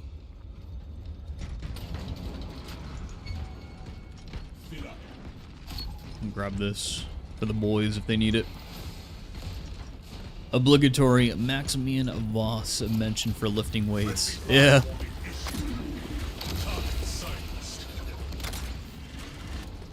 But yeah, dude, I feel like Space Marines would just smell so bad. No mention of deodorant in the Horus Heresy whatsoever. They do Danubian. In Rogue Trader, you can actually take a bath. It's canon. Ammunition restocked. Yeah, exactly, Inquisitor. Ozone, Ichor. Exactly, dude. Ozone is... oh my gosh. It's so true. Ozone especially. Every battle scene. Ozone. The smell of ozone was thick in the air. Oh boy.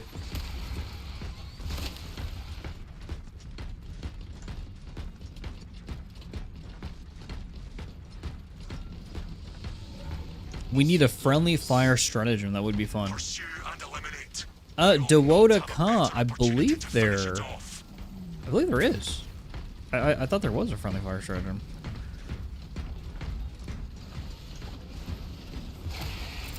Throwing fragmentation grenade. Block this. Parry this, you filthy casual. Yeah, I tried to get the Elder in the bath, but she dismissed me. The Eldar. Yep. That's why you always gotta go with the Cassia romance. Cassia is the best fish. I mean the best girl. She's the best fish of all time. And cut the grass for the team. This grass is so annoying.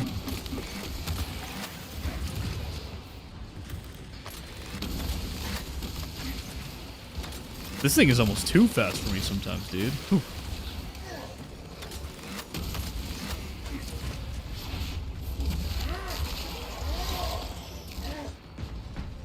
Cabela? You want the really hot goth GF over the fish? Are you crazy? My battle awareness would be less effective without your If there's a friendly fire stream, I would have killed Jeffigus. I'm sure that would happen all the time. Danubian says, really? She looks so, how to put it, innocent. Naive. Cassie is very naive. She's inexperienced in everything. Because she's sheltered. I mean, all navigators are sheltered. Your job is literally to freaking sacrifice people so that you could kill other people so that you could see into the warp and navigate an entire crew through the warp. I play Dogmatic at all times. Heresy Cabela is actually really sad. It's actually genuinely sad. You really mess that girl up if you do a heretic playthrough with Cabela.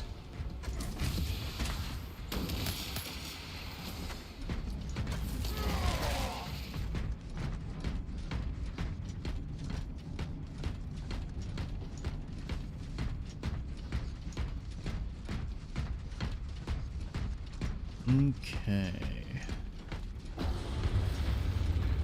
obtaining armaments.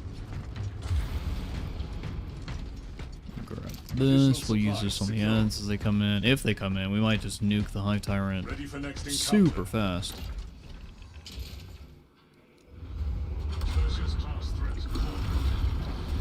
Alright, let the left clicking begin.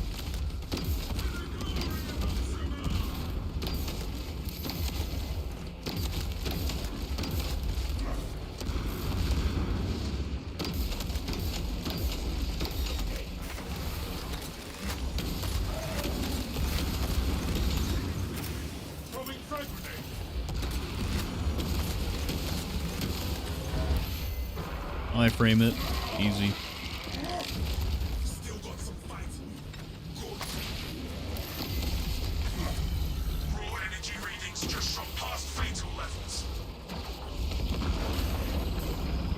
Oh, I got stun locked. What?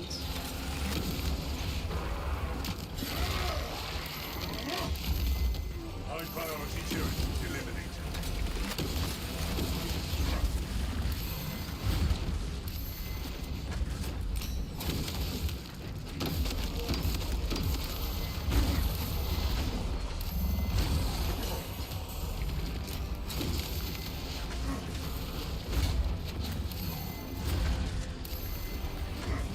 Okay. Come on.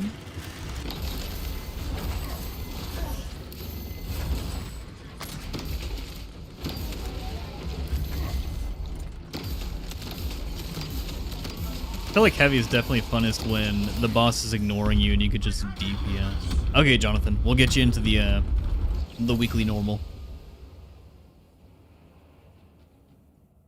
We will get you in. I feel like the 40k setting is just stinky. I mean, yeah. Imagine living in a, you know, a freaking hive city. It'd be gross.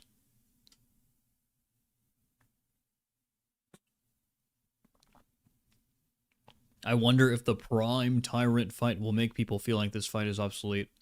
I feel like decapitation has its place, mostly because it's okay to have like an easy operation. If people want to farm, you know, let them farm. That's okay. Plus, it's the second operation in the operation lineup. So if we're looking at this from the new player's perspective, being able to use all your tools in a fight against a boss that isn't really that difficult, I think is fine. I think it's okay.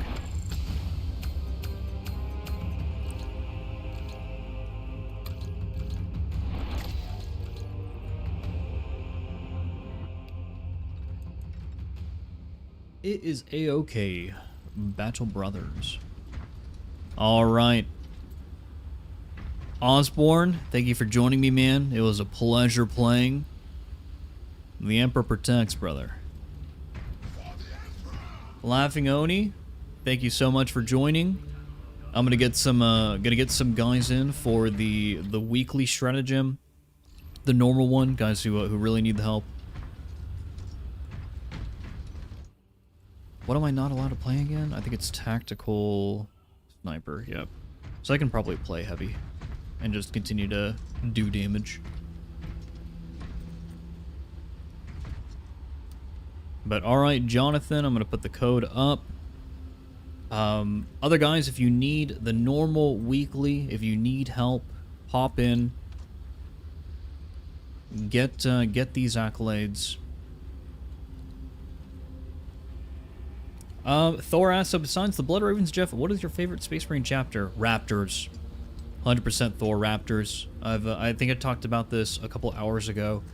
The pragmaticism and the practicality of the Raptors is something that I think makes a lot of sense in the setting. Like, I feel like, you know, they're kind of like the Navy SEALs of the Space Marines. They're willing to change the color of their gear from just desert camo to jungle camo, whatever the terrain it, you know, needs or calls for.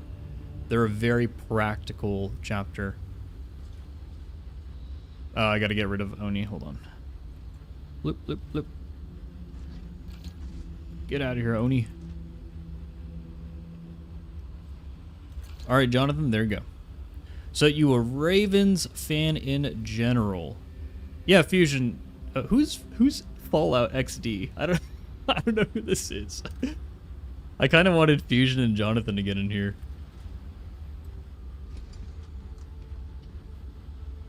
What chapter do you hate the most? Oh man. Oh man. So I'm a very narrative focused guy when it comes to this kind of stuff. I think that is going to be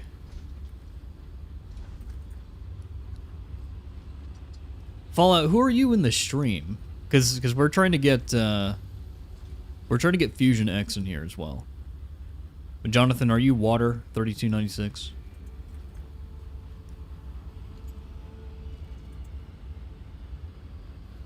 Waiting for a response. If we don't get a response in chat, I might just kick Fallout to get Fusion in here. Alex? Alright, cool. Thank you for responding. We'll keep you in, brother. You're good. You're good. And then Jonathan's Water. Okay. Well, at least we can get 2 people in. Get 2 people the accolades.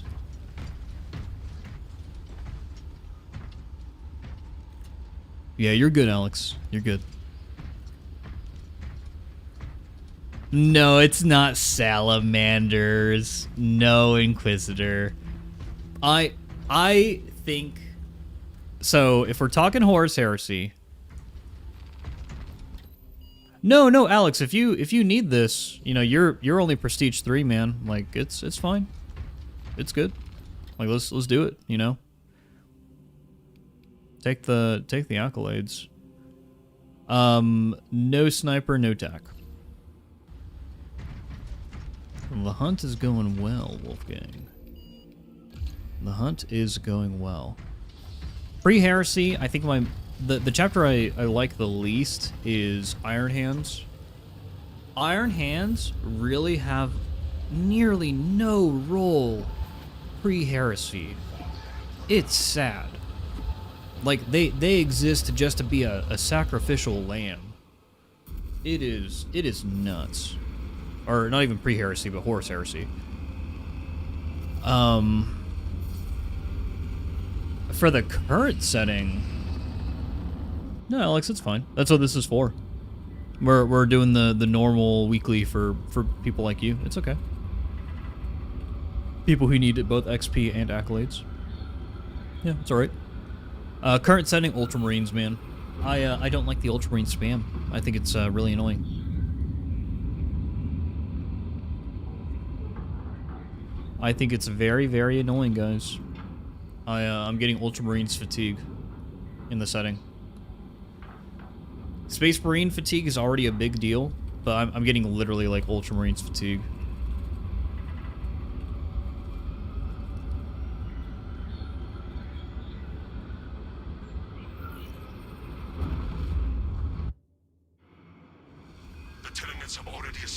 Oh yeah, I mean that's fine, Alex. Typically what I like to do is I'll when I was grinding, I would why is my mouse on the screen? What the heck?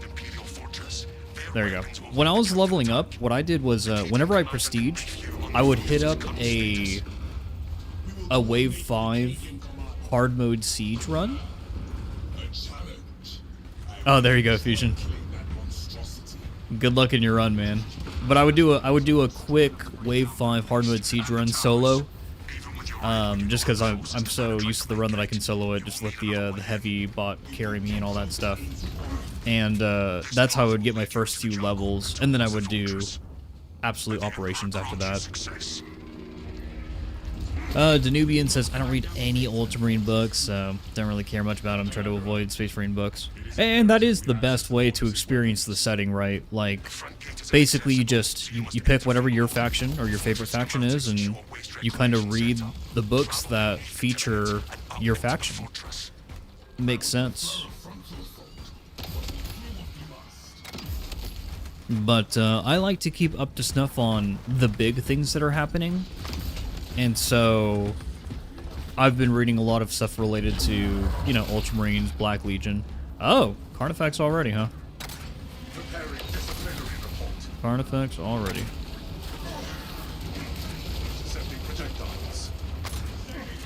You gotta clear.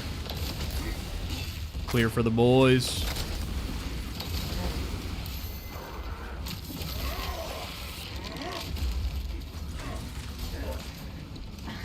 Gonna try to avoid going for parries since we have the smaller parry window.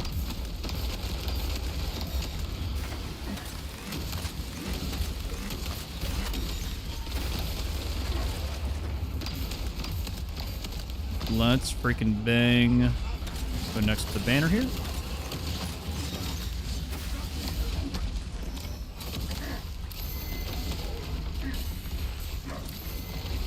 And there it is. Okay, cool. The rest of this should be a cakewalk.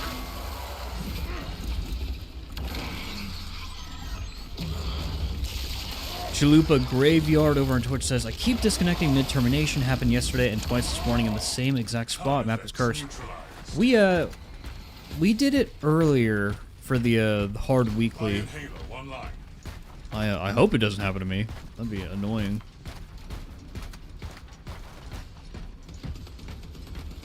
That would be annoying, sir. Engaging elite countermeasures. I am recommending Just blast. There you go. Make Imperial Fist great again. BLKMN says, I haven't played Siege mode. Need to get on that. Later try some PvP stuff.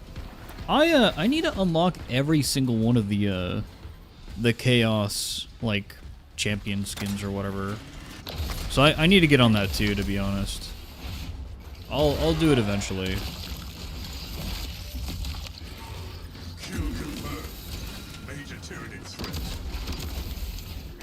Oh my gosh, I missed the parry window because the parry windows are nerfed in this.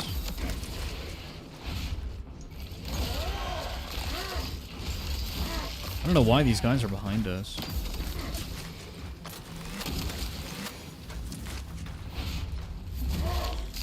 I wonder if we could force the issue with a massive petition, like 1 million signatures, for do not make the next game Ultramarine focused. Well, BLKMN, technically yes. There actually is a Google questionnaire that Focus put out. That Focus and Saber put out. They want your feedback for what you want to see in Space Marine 3. I made a whole video about this. If you look up Space Marine 3, I'm pretty sure my video will pop up, or if you surf through my channel, where I talk about this survey and how everyone should do it. Everyone should go do the survey if it's still available. And yeah, go do the survey. Tell Focus what you want to see in the game or what you don't want to see in the game.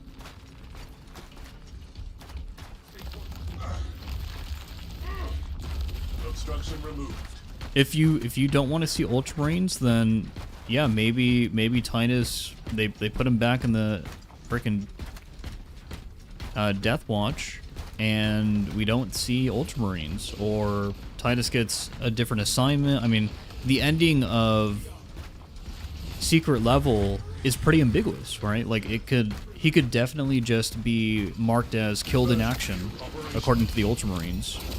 Him and Sergeant Materius. And if he's killed in action, like if they just aren't tracking him anymore, then he can go anywhere. He can do anything. He can certainly do anything.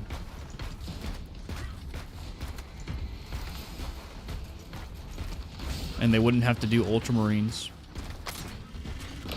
But I'm sure Games Workshop is going to have a lot of say in Space Marine 3 as well. They're going to have a lot of direct control over what gets put in the game. Ultramarines are the easiest to understand too. Yeah. So when a newcomer comes into 40k, they won't be overwhelmed. That's a good point, Inquisitor. I think the only other Space Marine chapter that is also very recognizable as like the ultimate good guy faction would be Salamanders. But Games Workshop is not dumb. They're not dumb, guys. They understand that Salamanders are not the favorite of the community for several social commentary-esque reasons. Games Workshop is tracking. They know their fan base, especially after the female custodies incident. They know their fan base. Committed to this cause. Okay. Reclamation machines are inactive.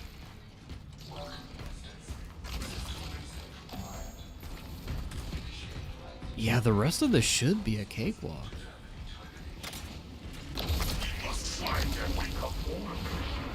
If it's not Ultramarines, it'll probably be Blood Angels, since Battle Sector sequel is already in the works. For Space Marine 3? Blood Angels? Let me think about that for a second. Execute Iron Halo tactics.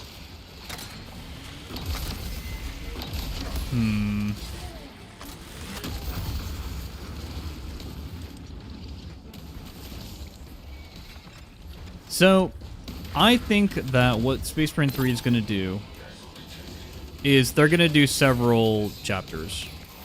I think that the feedback is loud and clear. People don't hate Salamanders, Thor. People don't hate Salamanders at all. Most 40k fans, the normal people, don't hate salamanders. It's the racially motivated things that Games Workshop is definitely. They're not dumb. They understand that they have some fans who are racially or motivated by things like sexism and stuff like that.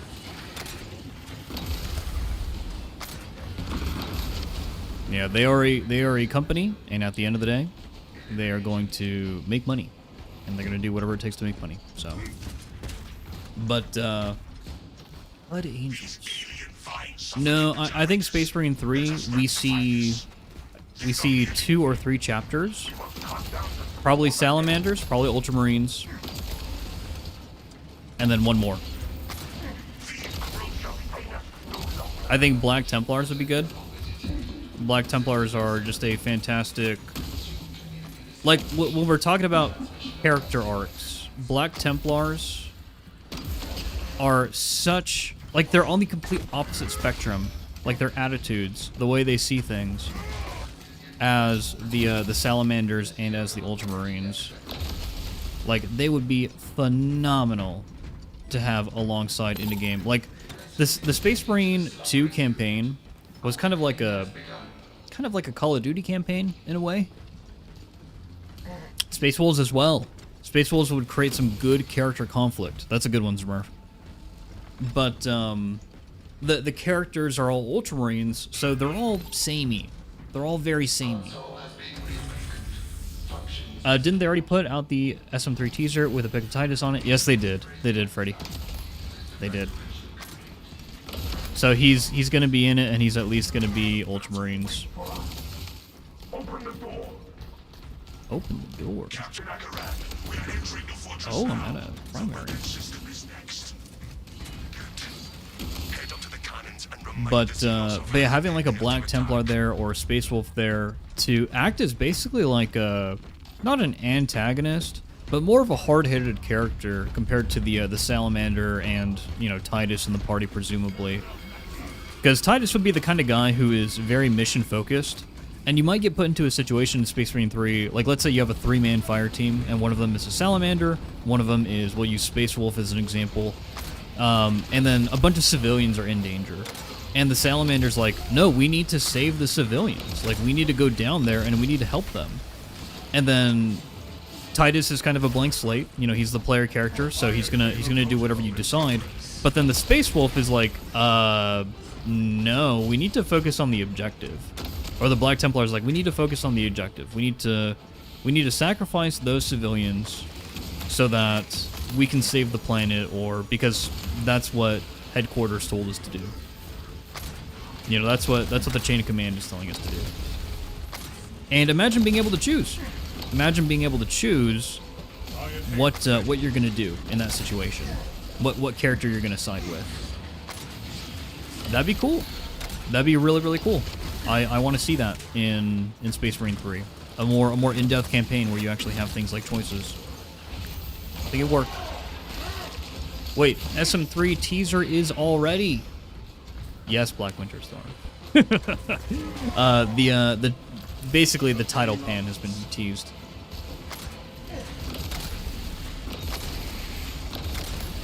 I'm just freaking gonna clear this. Salamander versus one Eldar child. I dare you. Oh my gosh.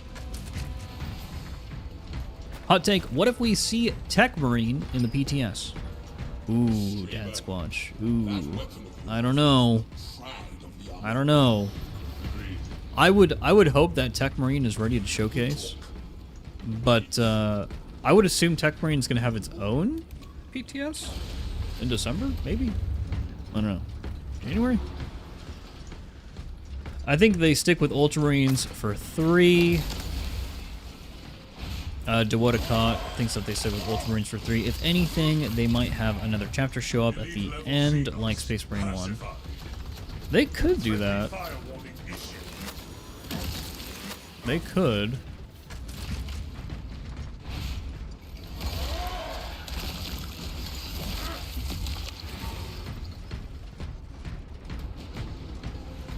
Oh, my Tech Priest and Dark Tide. Same. Same Winter Storm. I want like a Skitarii group, like a group of Skitarii Rangers or something. Some of the new voice lines in Darktide added with the Bound by Duty patch. Specifically, the conversation between Hadron and old Marshall boy there. So Hadron is not a part of Grendel's warband.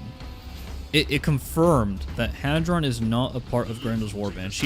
She's there doing her own thing. And she's not a part of Bram's crew either. So she is there as an AdMech. Which means it wouldn't be a wild possibility for her to request a detachment of Skitarii. A whole ass detachment. And to get them to Tertium. And to Atoma. So I think that Fat Shark knows this. And a huge part of the community wants a Skitarii or a Tech Priest type class. So I think that they're probably going to look into adding it. Hadron's reason for being on the Morningstar, honestly, I think it's Mobian Steel. I think the entire reason why she's on Tertium, or interested in Tertium at all, is Mobian Steel. That's it. It's the factory in Clandestine Gloriana. Calibrate your aim, brother. Conversion field operation. But yeah, I like AdMech lore because it runs tangential to Necron lore most of the time. And Necrons are my second favorite Xenos species, right behind the Orcs. Right behind our green boys. Green skins. Okay. Let's do it, boys. I do not like grabbing this thing as the heavy. I hate it, actually. Someone else please grab. I'll continue to clear.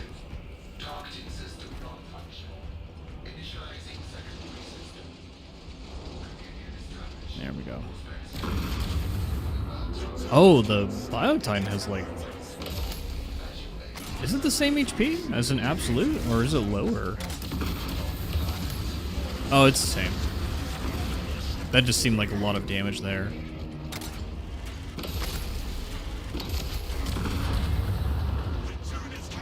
Maybe it is lower.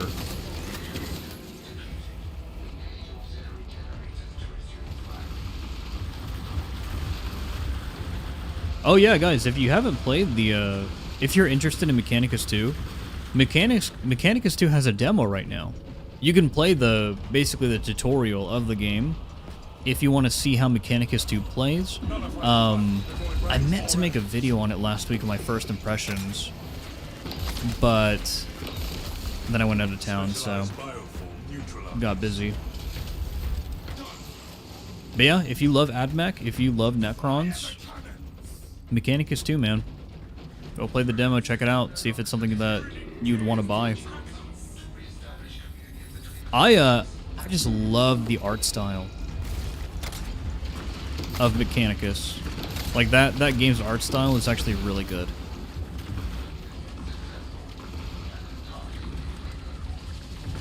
Same Black Winter Storm. I'm not a huge fan of turn-based RPG games myself.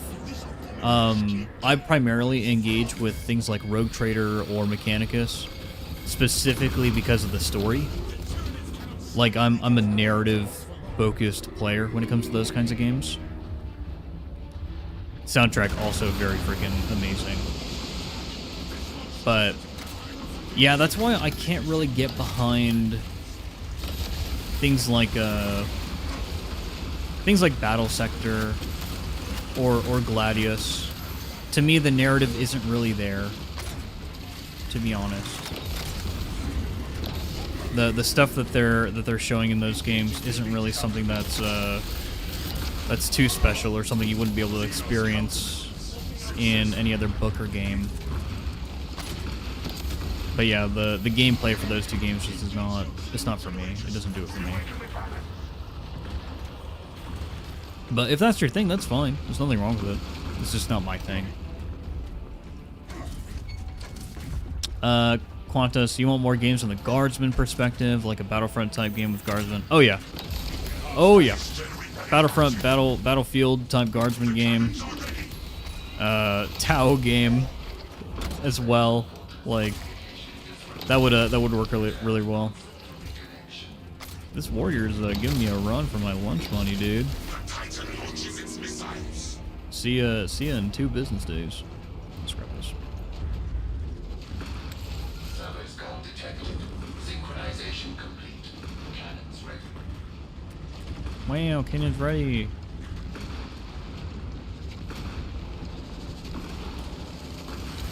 Oh, I didn't even notice this boy was here. Oh, my game almost crashed. God damn it. I'm just gonna stand in the stuff.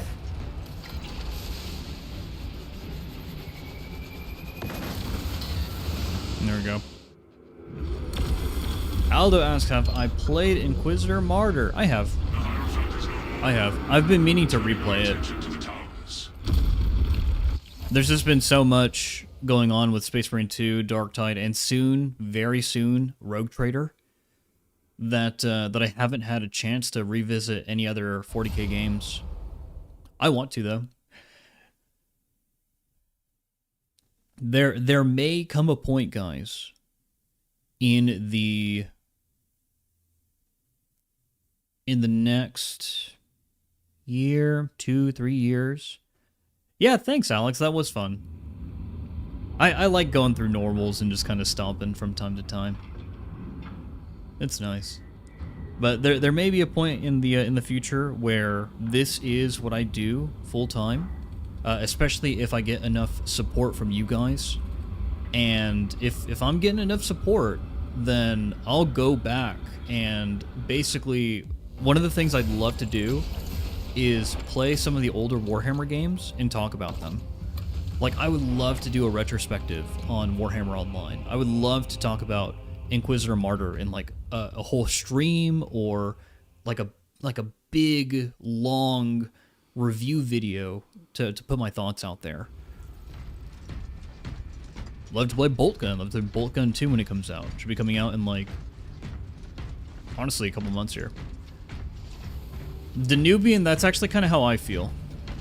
I think that Inquisitor Martyr, because it's an ARPG, there are better ARPGs. Like, you're literally competing against Path of Exile, which is one of the best games in the world ever made. It's pretty steep competition. But even if you're just comparing it with single-player ARPGs, Grim Dawn is really good. And Grim Dawn is the more fair comparison.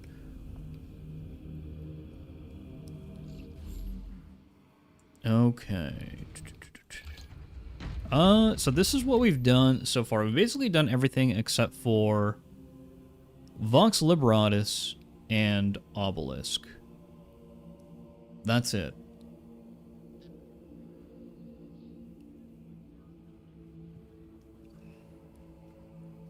And I've heard that Obelisk here is a hard boy. A really, really hard boy.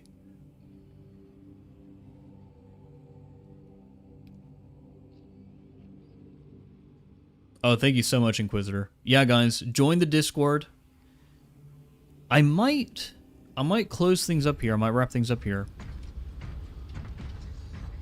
Get out of here, Jonathan. Hold on, what should we end this on? Let's do our Vanguard here. Oh yeah, oh yeah.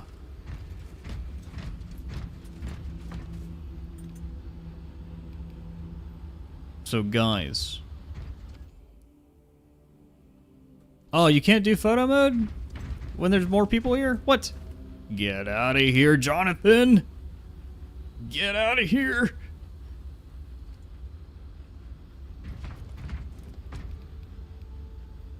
Okay, guys. Why does this game not want me to do photo mode? Please. Please. I guess we have to live without it. Goodbye, Jonathan.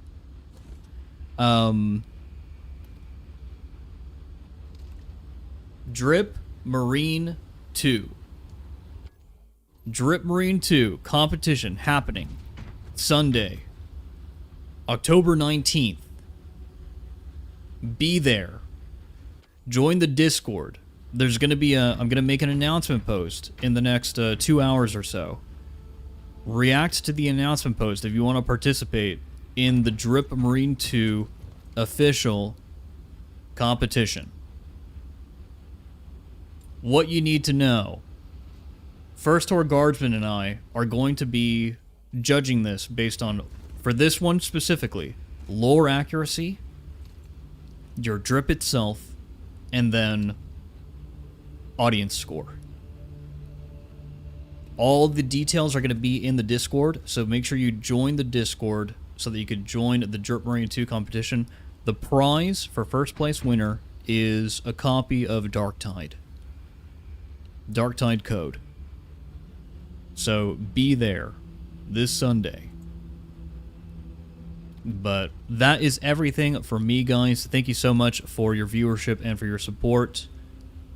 I am going to eat lunch and then probably record some stuff with First Horde Guardsmen. So I'll catch you later.